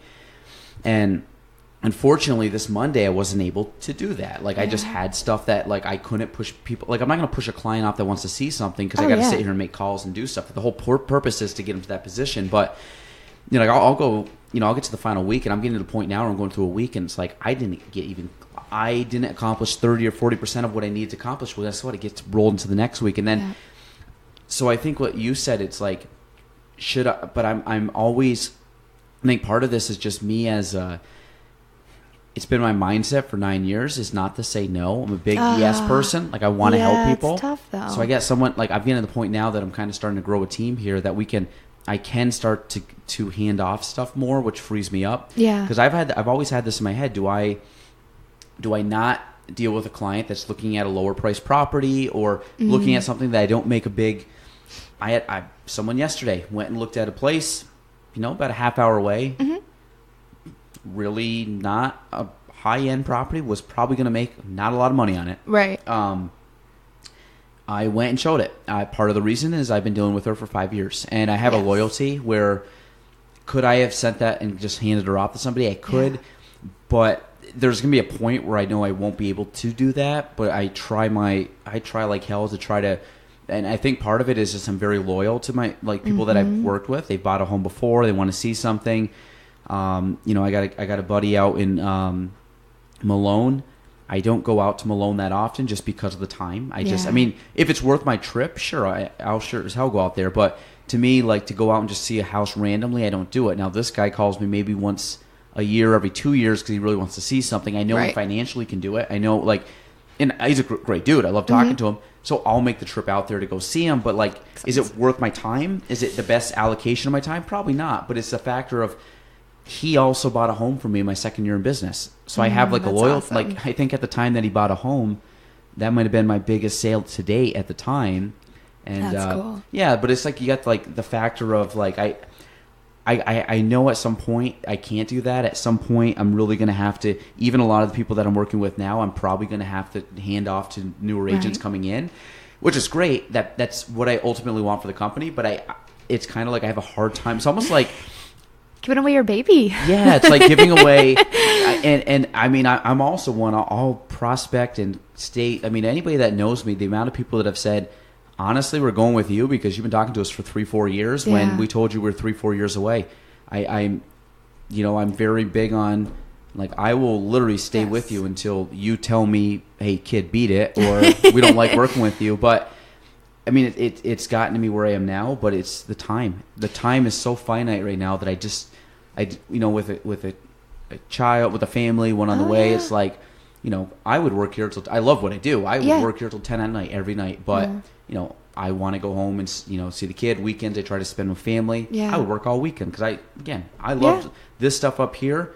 Trying to find time in the day to do that stuff, and it's not there. It's tough. So I've heard a couple different theories, and I'm going to say any hacks you can give me. I wish I had something, but I'm trying the small, like, I guess, especially in going through the sales training that I'm going through now, I think the goals that I had set for myself, because I'm such an overachiever, it was like, all right, so I did, all right, so I did the math of, I'm a numbers person, so I'm the same.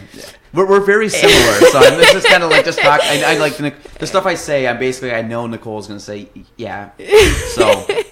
So my boss said, all right, you have, when we restructured everything, I think I had like 15, maybe just shy of 1,500 commercial customers under my belt.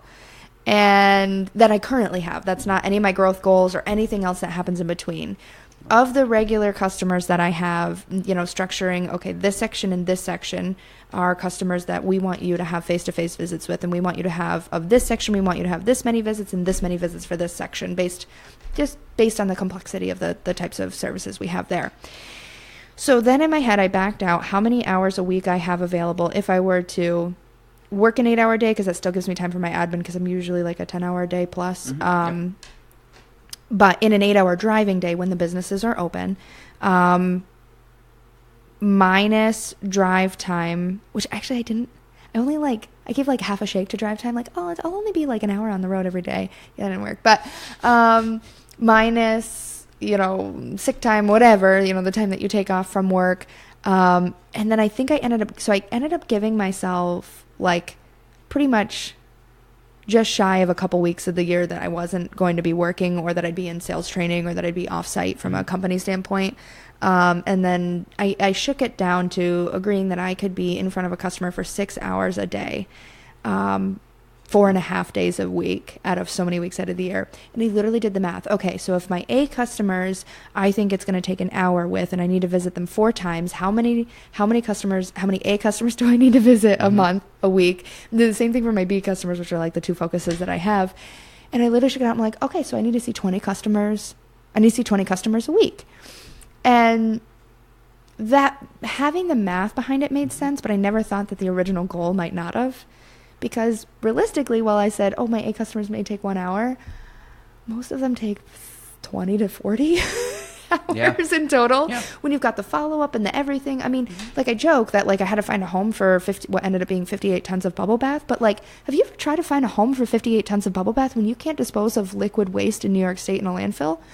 Not so easy. Oh, and it's on a budget. Like, impossible. And then you actually have to do it and make sure the trucks end up there on time. And oh my gosh. So anyway, and that's a lot of my A customers have wild and crazy things like that. Oh,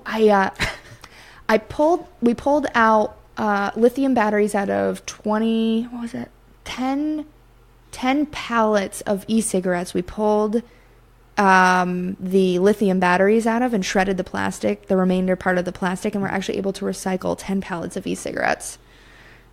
Can you throw batteries out in the trash? No. How are those supposed to be disposed? Call the landfill, because you can't. They have extra. So the landfill obviously has the landfill for trash services, but they have a lot of extra services. This is the one on Sand Road? Yep, in Morrisonville. Essex County, good luck. I still don't know the answer, and I live in Essex County, and I should know the answer, but I have no idea what you do with any of your stuff if you live in Essex County.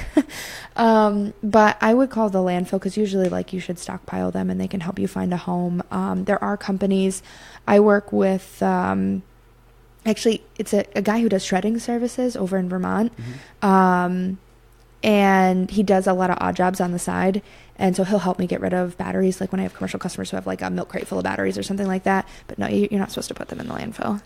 What happens if they go in the trash?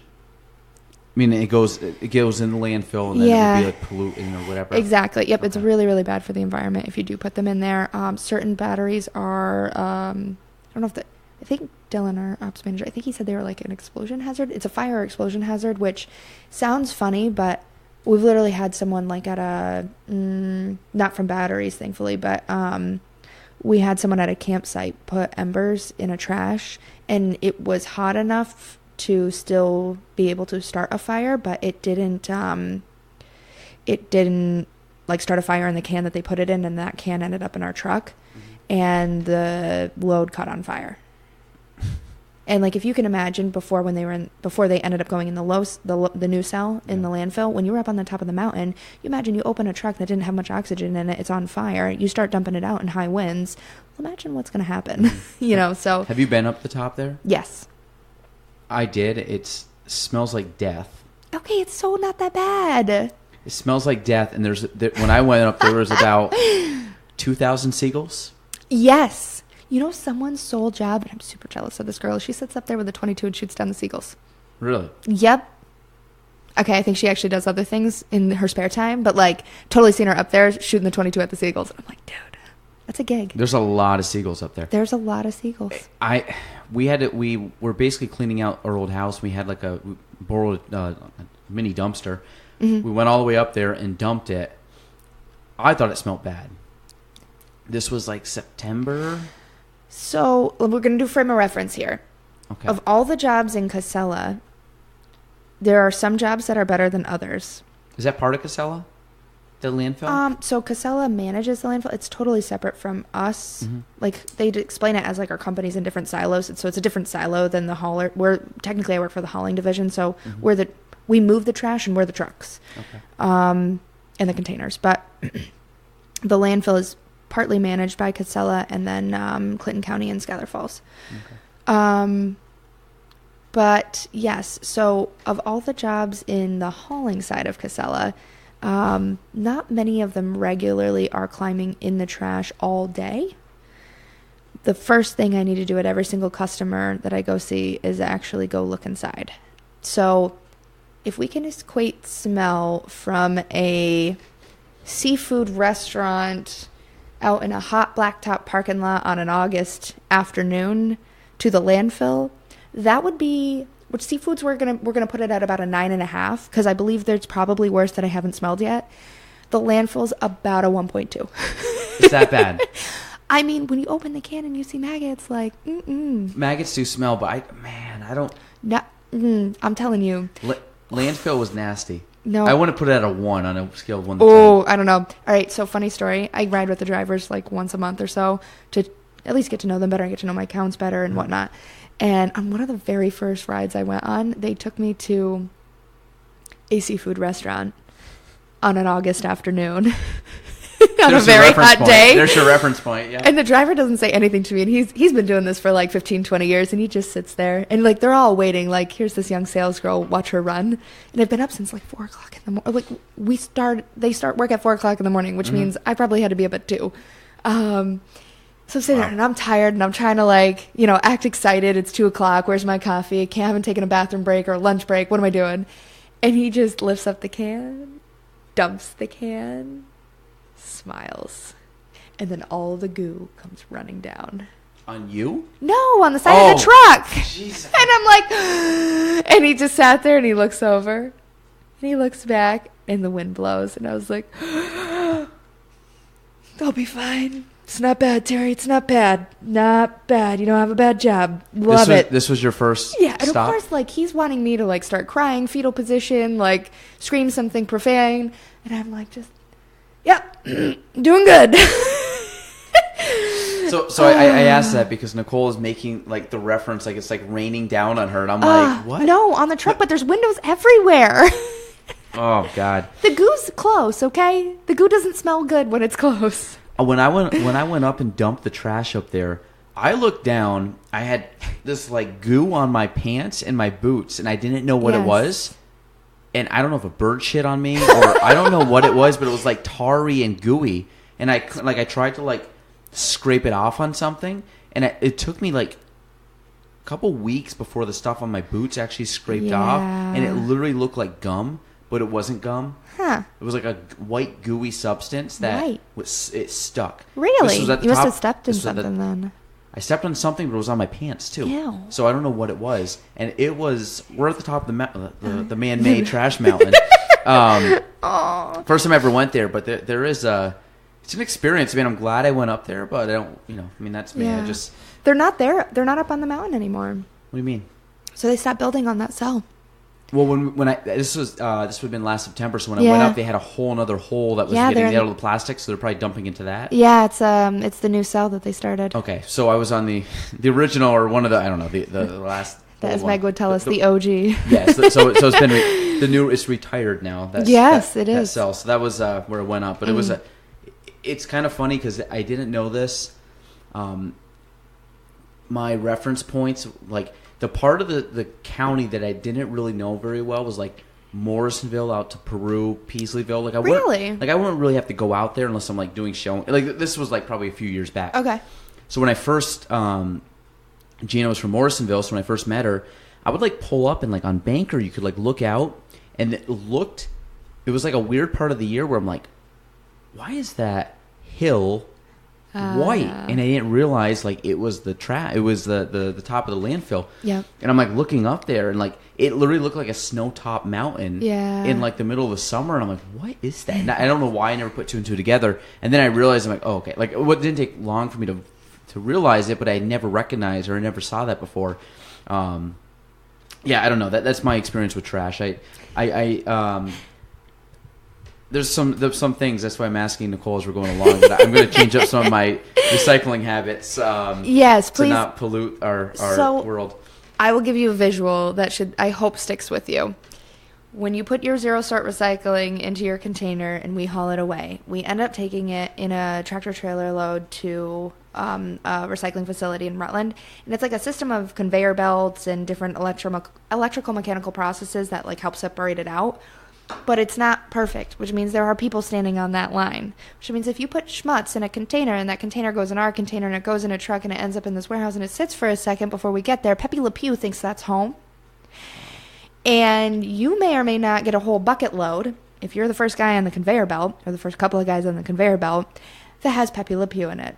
So remember, your schmutz equals Pepe Le Pew on a conveyor belt, and a bunch of guys either having to pay the price or putting their hands up and wait until he falls to the next level, if he makes it. So they've been sprayed? I never really heard stories about them being sprayed from skunks. They usually the what I got was the response is throw your hands up in the air, back away, and hope he hits something on the way down. So the reason I say this, and I won't name names, I was told that you did not have to rinse out. I always rinsed stuff out when I grew up. And then I was like, I hate rinsing out the spaghetti or the soup or whatever out of this can or jar.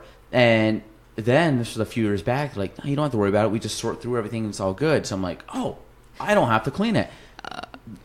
I apologize. That's Even okay. last week, I had spaghetti jar, and I'm just like, the I was thinking in my head, like, everything that I wanted to rinse this jar out with spaghetti, but then in my head, I'm like, I don't have to. I don't need to. Yeah. So I walked out and dumped it right in the recyclables. I'm like, I'm doing my part. I'm recycling. Now I apologize to whoever got that in the conveyor belt.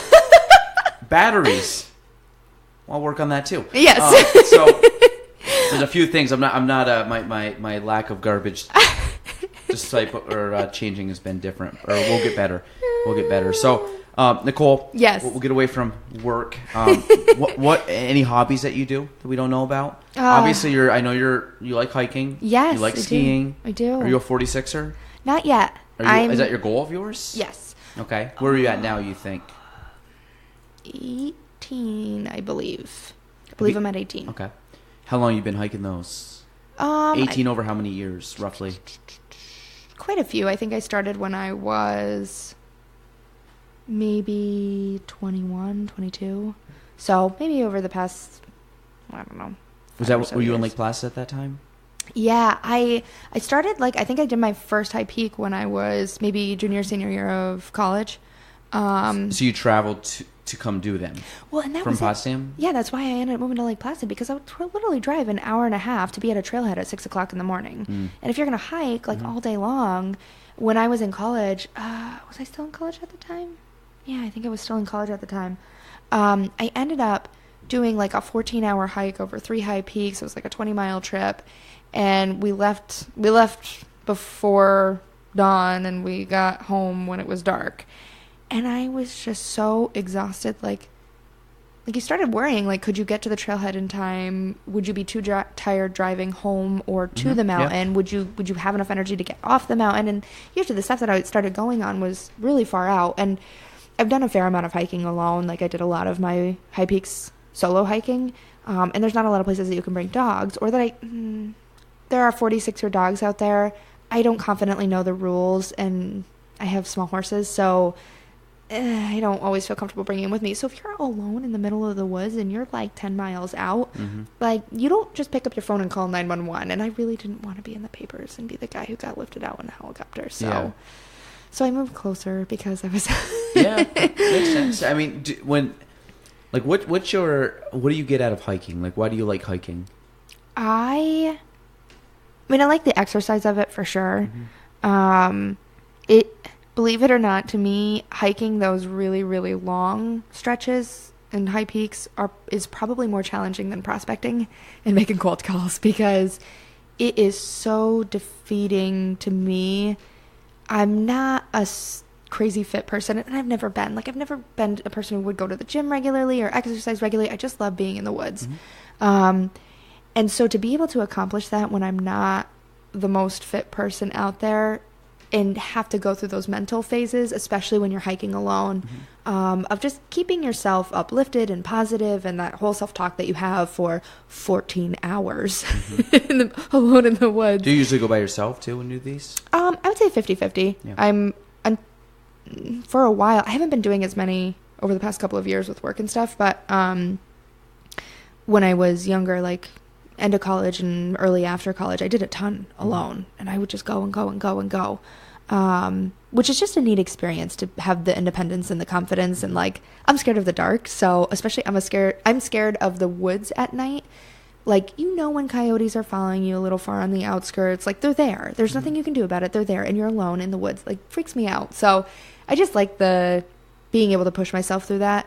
And I like, again, with the goal setting, like 46, you've got a number that you've got to pick off, and what's your strategy behind it, and how fast are you going, and can you pick up the pace, can you take a few more on, could you do a few more in a day than you did before? So I like that. And obviously just the nature. I mean, I grew out in the middle of the woods.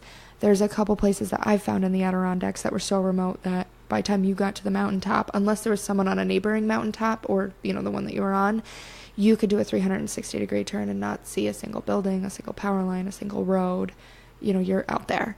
And I just like the remoteness of it. What's your favorite one that you've done? Probably. What's your favorite one, and then what's the one with the best view? Ooh, okay. Favorite one that I've done so far would have been a trip. I did Saddleback Basin and Haystack, and we went up through the garden, which for people who know is in the Keene area, and you're going down the slides of Saddleback rather than having to climb up these really steep slides, but you're going up the higher mountains as you go. And Haystack is, I don't know, it's one of the top 5, I think. I can't remember what number it is, but it's one of the tallest mountains out there, other than Marcy. And it was just such an experience because there were so many mountains, and between every mountain, you like pretty much went all the way down in elevation and all the way back. And so it was mountain after mountain. And as you went, particularly on Basin, they actually had the old, I don't know what you call them, but when they did the survey where they decided what 46 peaks constituted the high peaks over what they thought was the 4,000 foot range at the time, like way back in the late 1800s, you're so far out you can no longer see civilization, yet there's metal drilled into the bedrock of the mountain that people use to do this survey. So I think just like the history of it, and thinking of like, if I barely made it out here now, like people did this in the 1800s. And the experience of just going that far and that long, so it's almost 20 miles. So it was my favorite trip. The best view, in my opinion, is Skylight. So is that in Keene also? It's up and over Mount Marcy. Okay. And Mount Marcy is where? In Keene, too. Okay. That general area out, obviously, in the woods there. So if you, like most people, I don't even know. I'd have to look at a map to see north, south, east, west. But you take a main approach over Mount Marcy. Most people don't come back and over the backside of Mount Marcy. But if you were to go up and over from the main approach to Mount Marcy, you come down just a little bit to a 4-way corner. And it's really this little spur, but it's Skylight. And again, one of the, I don't know, top 5 or 10. But it was so cool because you could see like these rippling mountain ranges where you could see that glaciers had carved out the landscape around you.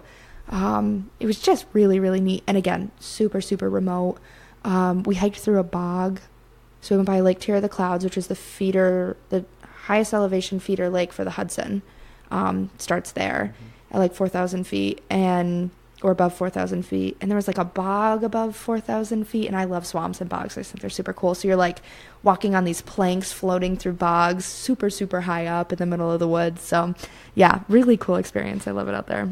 That's fun. Now, I'm a little odd. I'm sorry. No, that's like I said, this is like a perfect, you went from like very career driven to she's playing out in bogs 4,000 feet above the ground. Is it true that, I heard this too, I'm not sure if it's correct, is the Adirondacks the oldest mountain range in the country? I don't know. Or I could be wrong on that for some, fact check this. Now I'm curious. I don't know. I heard, now I don't know if it's true or not. But I wouldn't be surprised if it was. But I don't know, how you'd even, obviously you can figure it out by rocks, because I'm guessing they're going by like, the height of the rock at the very top, because obviously that, whatever the age of that would be, to me would be the early or the latest or most far back hitting that peak. I don't know. I don't know who told me that, but I wouldn't be surprised if it was. In regards to just like mountain ranges, I've hiked. I'm a I only have, what is it, 40? I only have 44 more to go. I got 2 under my belt. What ones did you do? Cascade and Porter, which are that's where I started. Yeah, they're like the 2 easy. So there, I'm on the Nicole plan, so I'll get there eventually. I have 0 motivation to do all 46. I'm different. I mean, it's one that, maybe. I don't know. Maybe I'll get into hiking. But I always find, I don't know. So I'll give you my exact recap of going up those 2 mountains because they're close to each other, the peaks. Yeah, yeah. Like you go up and they're probably like, it's really not that far of a trip to hit both of them. I remember going up. You start off. This is my hierarchy of the. So you get there, you're like, okay, ready to go. You start hiking, like, okay, getting used to it. Then you kind of find a groove, and then you're just like, like at that point you're just like monotonous, like any kind of distance thing. So then I get to a certain point where it's like, oh, this is kind of fun. I can see what people are coming down, people are going up. It's kind of cool. Then I get to the point about 2/3 up the mountain where I'm like, are we almost there yet? Like I feel like a little kid in a car on a trip. I'm like, are we there yet? Hey, somebody said before, how much longer? Oh, we still got like a little bit more, 45 more minutes. Okay, keep trudging. 45 more minutes? How long did it take you? I don't know. I'm just throwing ideas. It took me more than 45 minutes. Well, I mean, I've gone up Poco probably in about 40, 45. That about right? I haven't done Poco before. That's my jam. I've been up there a few times, but it's not 40. It's you not might be practiced. It's not a high peak. But you go up like, and then you get to the point where I'm like, are we there yet? Then we get to the point where you probably got like 10% left, and you're like, we're near the top, and like, no, we still got another like 10 minutes, and you're like, are you kidding me? Oh my god! Then you get up there and it's like, oh, we're there, and it's beautiful, and love it. Everybody's having a good time. We're at the top of the mountain, very cool, looks pretty. Then you're up there, usually have lunch or whatever. Mm-hmm. Then you start coming back down. I like coming back down just because because it's quicker. Like, this is me. To me it's like a time thing. Like so this every single time I get all the way down, I go walking out to go back to the car. There's always a sense of relief, like thank God I'm done, because by that time I'm not like pumped up that I climbed this mountain. Yeah. And then I think I've done this every single time I come down, even like Poco Moonshine or whatever it's called. Yeah, Poco Moonshine. Yeah. Even when I get down it, I think in my head as I'm walking through the car, why the hell did I just spend 2 to 4 to 6 hours walking up that hill to come back down? I don't get enough out of it. I really don't. Oh my gosh, Gaelan! I know this is something that I always like. I always like feel embarrassed telling like hikers, but like I'm not a hiker. I've never That's been. Okay. Not everybody but is. I think it's cool. I think like, don't get me wrong, the view up there is amazing. I think the view, like, I love that. Like when you're up there, it looks so cool. Yeah. But I always like in my head, I'm like, now granted, this is probably just because I'm wired like a crazy person, but I always think like, say it's like, I don't know, Cascade, what was it, 4 hours maybe top to bottom? I don't know how much it was, top to bottom. Don't ask me. Was it that long? I used to run it in the morning before work. Nicole, crazy. She's crazy. We don't do. I do not run mountains. I trudged up the mountain. So I got up there, but I think this every time in my head when I come out of the mountain that I'm like, why did I just spend? I don't know. That's me, like that much time up on the mountain.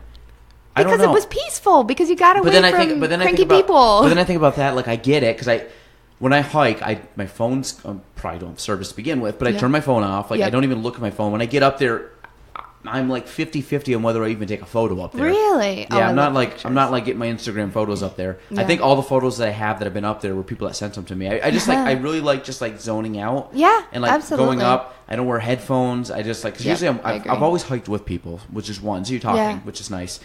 But even just like going through, I do like the nature aspect because it allows my mind just to kind of like decompress. But I'm also one where I'm like, I could have done that in about an hour versus the 3 hours it took. I don't. But I gotta. I don't know. Maybe I don't do it enough or see like the value. Maybe as I get a little older, I haven't gone hiking to be honest in probably a couple years now. But we'll get you out there. Yeah, I would love to go. I mean, I should go with you and Adam. Well, I should go with you because I know Adam's like the. So okay, we're talking about Adam Crossley here. Adam, if I go on one of these things, Adam's gonna be like, let's just go backwood, let's go bushwhacking over to that peak. Okay, that's I'm a trail guy. I'm going up the trail. This is when Adam and Buck took me up to the top of Whiteface when I was told I should not go to the top of Whiteface. Oh, and you like almost rolled your face down? Did you hear about this story? Adam. No, I haven't heard a thing, Gaelan. I haven't heard a thing. Okay.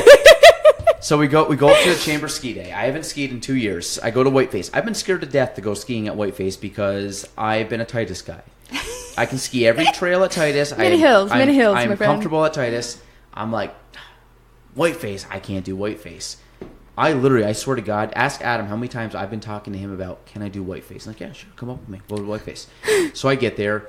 I'm nervous. One, I can't put my damn boots on. So, but then we go up. We go on like whatever the first trail was, and like I didn't fall, which is good for me. Mm-hmm. But I got to like all the way down. I'm like, okay, I feel decent. And then all of a sudden we go up and like, well, let's go down whatever, the blue triangle or blue square. Yeah. And I'm like, I got down that and I felt decent. Like I felt like I kind of had my feet under me. Well, yeah, you didn't have any brakes. It was fine. Yeah. So I felt like good. Like I'm like, okay. Then they're like, we're going to go down the Black Diamond. I'm like, whoa. Like, I'm not doing that. Well, but you just followed suit. Yes. Adam's like, we're all going to be idiots. And Gaelan's like, yeah. Well, I didn't say yeah. I was just like, I was kind of like, yeah. Like, I don't want to be the odd man out. So Adam skied many times. Buck was the next ski instructor. I followed these guys down. Luckily, they stopped at every kind of like little like before they get to the next dip to make sure I wasn't dead. But I kind of stayed with them. So then we did a few trails, blah blah blah. So then we had a beer at the lodge, and we went down, had lunch, had another beer. So I'm like, I think I gave you my last beer. So I had a couple beers, and I'm like, well, let's go back up for another run. So it was me, Adam, and Buck. The girls stayed behind, and like we're gonna go to the top. And I'm like, yeah, let's go to the top.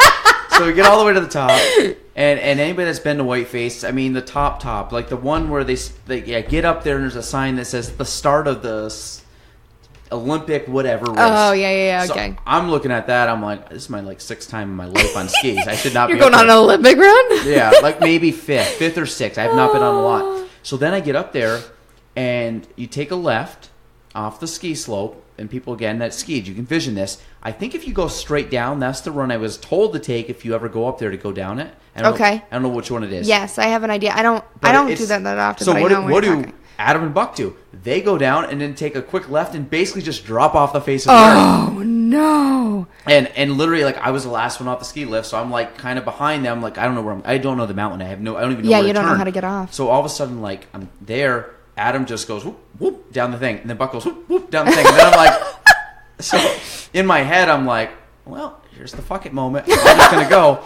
So well, we liquored you up a little. So I go down. I like stop like for a split second. This is like, I've never go skydiving, but this is about the equivalent of me skydiving. I like look over the edge and it is straight down. It is, the visibility up there sucks. The wind had picked up and it had gotten icy. This was after, I also had a couple drinks. My first run in probably an hour and a half because we were down there for a little bit. Yeah, I get up and I'm like, oh my God. Had I done it probably before lunch, I think I would have been okay.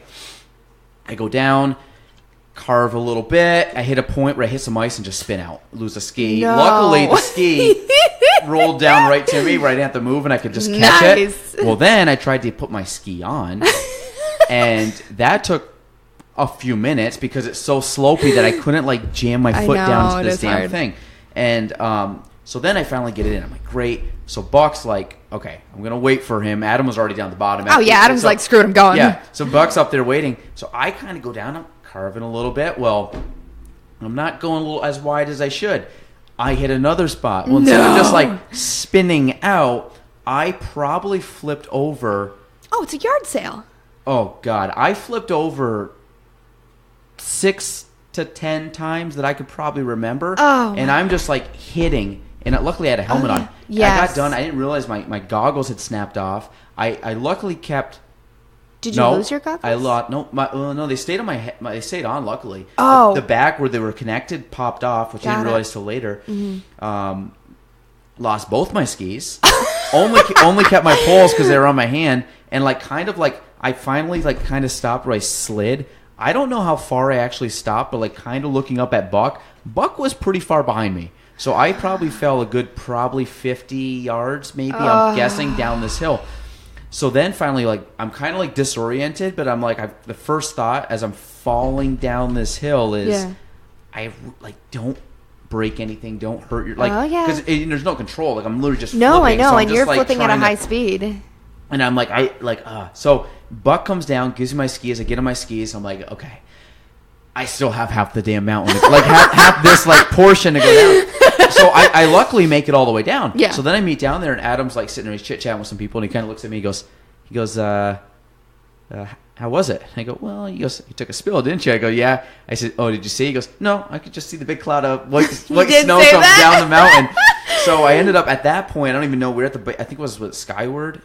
I think it was called Skyward, Skylight, something like Skyward, that. I think it's. So we're at the top one. I got to the base of that, and then I made it down the mountain fine. Yeah. But it was like that one section, which I know now. I'm like, I probably could if I go again. I would just have to go after a few runs, or maybe my second time back to kind of my legs. But I finally made it all the way down, and long ways from there all the way down, and then I think we were done. We had envisioned you guys had all left, and we had envisioned going back out. And I'm like, I'm good. We're gonna go get some Candyman and head home. So. It's tough. But that was, it was rough.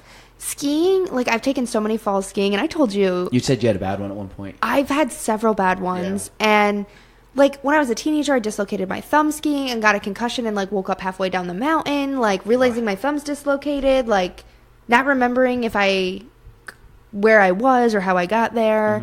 I rode my face down. I told you I rode my face down the mountain underneath Mountain Run, where like I could hear everybody laugh. Literally rode the face all the way down, feet over my head, like faces just skiing. And I have had enough concussions where like it's concerning at this point. All from skiing? Mostly from skiing. Okay. And others from just being a dumbass. But I didn't know if you played sports or anything. No. The only sport that gave me concussions, we'll say, was skiing. Okay. But I've had enough that it's wildly concerning, and it's crazy because like skiing, you don't realize until you're on the mountain, like, how quick of a decision can be a bad decision. I remember I went backcountry skiing for my first time, and I had a few minor concussions, no major concussions, so I still wasn't skiing with a helmet at the time, which is wildly stupid to anybody out there who skis without a helmet. Stupid. You look cool. You definitely look cool without a helmet. Don't get me wrong, but you need to wear one. So I had just had shoulder surgery to repair a dislocated shoulder, and like it was mostly good, but like I was just pretty much right out of rehab from the surgery and just allowed to take the all the stuff off, the sling off. And I thought doing backcountry skiing would be wonderful. So I'm the only person. I have backcountry skis. That's what I use on the regular mountain. Like downhill backcountry skis. And I'm like, yeah, I got the cool setup. Like, it's good. Like, I'm going to figure this out. And then I look around at everybody, and everybody has scales. Everybody has scales on the bottom of their skis. Which means, you've seen cross-country skis before, right? Mm-hmm. Like, the underneaths of them, how they have like these little I know rivets and scales. Yep. They help you going up, but they do slow you down a bit going down. Mine didn't have scales. And granted, we didn't need the scales because it was skinning up. Do you hike up with the skis on? It's called skinning. Like, it's like this. It feels like velvet. It's like a piece of material that you stick to the bottom of your skis, and it feels like velvet. And you just ski up the mountain. So it kind of grips as you're going up. Yeah, okay. It's really cool how it works. It works really, really well. So anyway, I didn't think about like the scale side of it until everybody's like grannying along, and here I am just shooting through the trees. And like, they're tight trees. And I've never shot through the trees before. Not wearing a helmet, barely have a shoulder attached. I'm right-handed, geez. It's my right arm. And like, at one point we're like trying to ski over a stream. Can you kind of cut and carve your way through those? Well, if you're skilled, you could, but I'm Nicole. It's almost like slaloms, right? Because it's very tight. Oh, yes. Skilled people would be easily carving through that and picking their lines. Nicole, on the other hand, went like starfish style. Oh, God. And like at one point I remember hugging a tree because it was the only thing I could do to stop. Like you can't pizza when the trees are tight. No pizzas. No pizzas. And I like hugged a tree, and I realized like as I was hugging the tree that I had so much momentum I was still going to swing past. So the only arm that was holding onto it was the one that I had recently had sewed back together. Skiing's not for the unskilled. I might be unskilled. I think if you do it enough, you can like fake it till you make it kind of thing. Yep, or you die. I mean, it's really the option. I thought you were pretty good when we went, but then again, like I said, I think part of the time I wasn't really focusing on other people because I was like, my head was don't crash. I forgot a pizza. There's times my best time skiing is when I'm kind of just past the control point where I'm a little out of control. I find that I don't have time to think, so I just react. Yep. I'm a much better reactor when I think about what I'm doing. That's when I like, whoa, okay. Like I even just like going flat down like, when you sometimes come out and you're just kind of hitting a real flat portion where it's just straight away and you really do, you got to keep the speed. like that's the time where I almost spin out because I'm just kind of like I'll look one way and I'll be like, like get distracted. I'm very distracted. So like if I can go down a mountain where I'm more concerned on just not hurting myself, I'm usually just like skiing down and carving down. I'm a very out of control skier with very poor technique. And I remember going down and Buck's like kind of agree. He's like, you got it. Yeah, you see me. I'm like, Buck's like, you got to turn here and here. I don't know how to. I've never been taught to ski, so I'm literally just like. You do some lessons, man. I know. I swear to God, like I'm survival mode when I ski. I'm just bombing down. I'm having a blast doing it, but I'm not. If somebody looked at me, my technique is. You'd be concerned about my skiing going down the mountain, and I think Buck and Adam has said a couple times, like, hey, kind of do this with your knees or your things. Actually do something here. Yeah, I'm just sitting there. Like, you barrel through. Yeah, so love it though. I can't wait to go back. But that's I think when I actually got there, which I'm glad I didn't because I didn't. It took me years to put them on. But I was like, I think I called Adam like, hey, because everybody was like wearing their boots from the car in, and I'm like, yeah. Do we put the boots on Do we put the boots on at the car or do we put them in the lodge? And Adam's like, I usually just wear mine in. I'm like, I'm gonna walk them in because I don't really know how to put them on, and two, like I'm sure they're gonna hurt, so I don't want to be sitting around in these boots all day, which you end up being. So now that I know that when I go, I'll just wear boots and I can leave my shoes in the car. Leave your gear in the car. Yeah, so I'm learning, but I've been once, so I'll get better as we go along. Oh yeah. Now, Nicole, anything else that you want to touch upon? Anything else that you wanted? I had down. No. I don't know. I don't know why I put hunting and fishing. Did you go hunting and fishing? I haven't learned to hunt yet. I learned how to shoot this year. I got my first gun this year, but I haven't. I'm a big fisher. We talked about that. I want to go to the camp. To the camp. The Campapalooza that we're gonna host this year. Campapalooza. You guys have talked about it, but you got to make it happen because I think it'd be fun. Well, we have Campapalooza like almost every weekend. I know. Everybody's just got to show up. I'm a father here. I got to have dates. I got to have times that I can sneak away. But yes. I would like a nice Friday night in the summer kind of deal. Or Saturday it's going to be night. like a camping only option. We work. What do you mean? Meaning people should camp.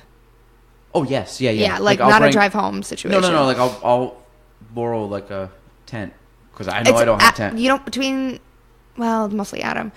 I think we own about 7 or 8 hammocks. You'll be good. Ooh. Yes, hammocking. Whoa, coolest thing in my life. Tell me about hammocking. All right, so do you put a cover on for bugs? They actually have like a mosquito net sewn into it on the top. Okay, so tell me about hammocking. So hammocking is wonderful. It's kind of like being cuddled by your sleeping bag all night long. But it's really nice because you don't have to find like a true camping spot. Adam and I are working on the Cranberry 50, and in my wild ambitions. What's Cranberry 50? You don't know the Cranberry Gaelan. Is this a thing? Yes, it's a really big thing. I've never heard that in my life. Do you know where Cranberry Lake is? I don't know. No. When I say I'm not an Adirondack person, I'm like I go to Lake Placid to go eat. Like I don't. Okay, well you're not gonna eat out here unless you bring it with you. So tell me Cranberry Lake. Give me a very short synopsis on that. We'll get back to hammocking. Okay, Cranberry Lake, past Tupper Lake, big lake. Never been there. Okay. You haven't been to Tupper? Oh, I've been there Tupper once to play golf, and to be honest, it's okay. It hurts my soul. Wait, why Tupper Lake? You like Tupper Lake? Love it.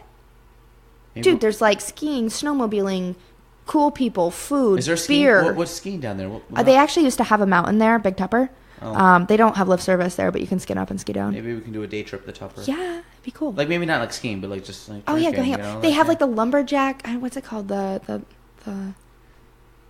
lumberjack games or something. Great outdoor games. I don't know. People throw like hatchets and stuff. It's awesome. I would go down to that. Totally cool. Is that in the summer? Yes. Well, let's do a day trip down there in the summer. Perfect.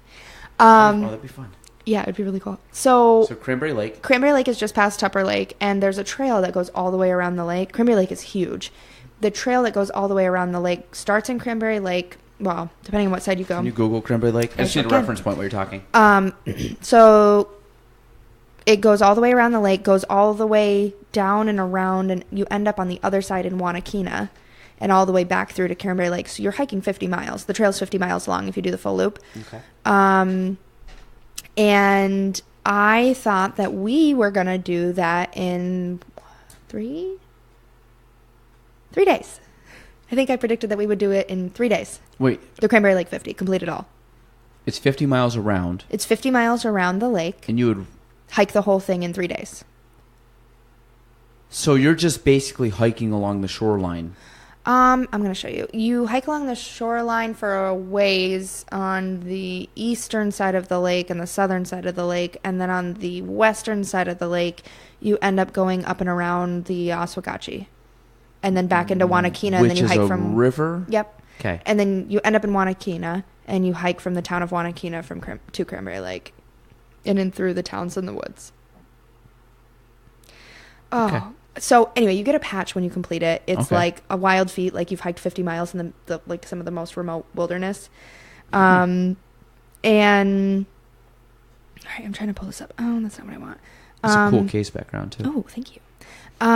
So it's just showing waypoints, but this is Cranberry Lake, and you've got to hike around all this, like the little fingers that come out from it. You've got to hike all the way around all that to do the 50.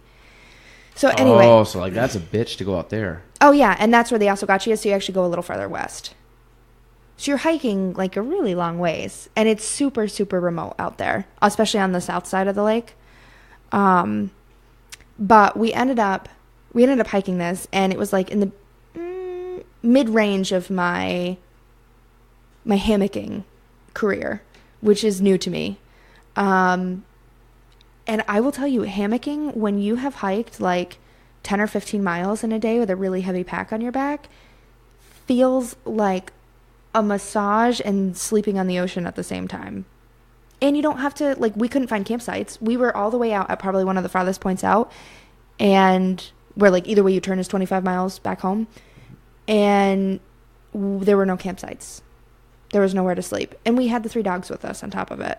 So we ended up just making our own campsite in the middle of the woods, and you didn't have to worry about it with a hammock. Like you're not looking for like a full tent site. You don't have to look for a lean-to or anything. You can just hang it on a bunch of trees.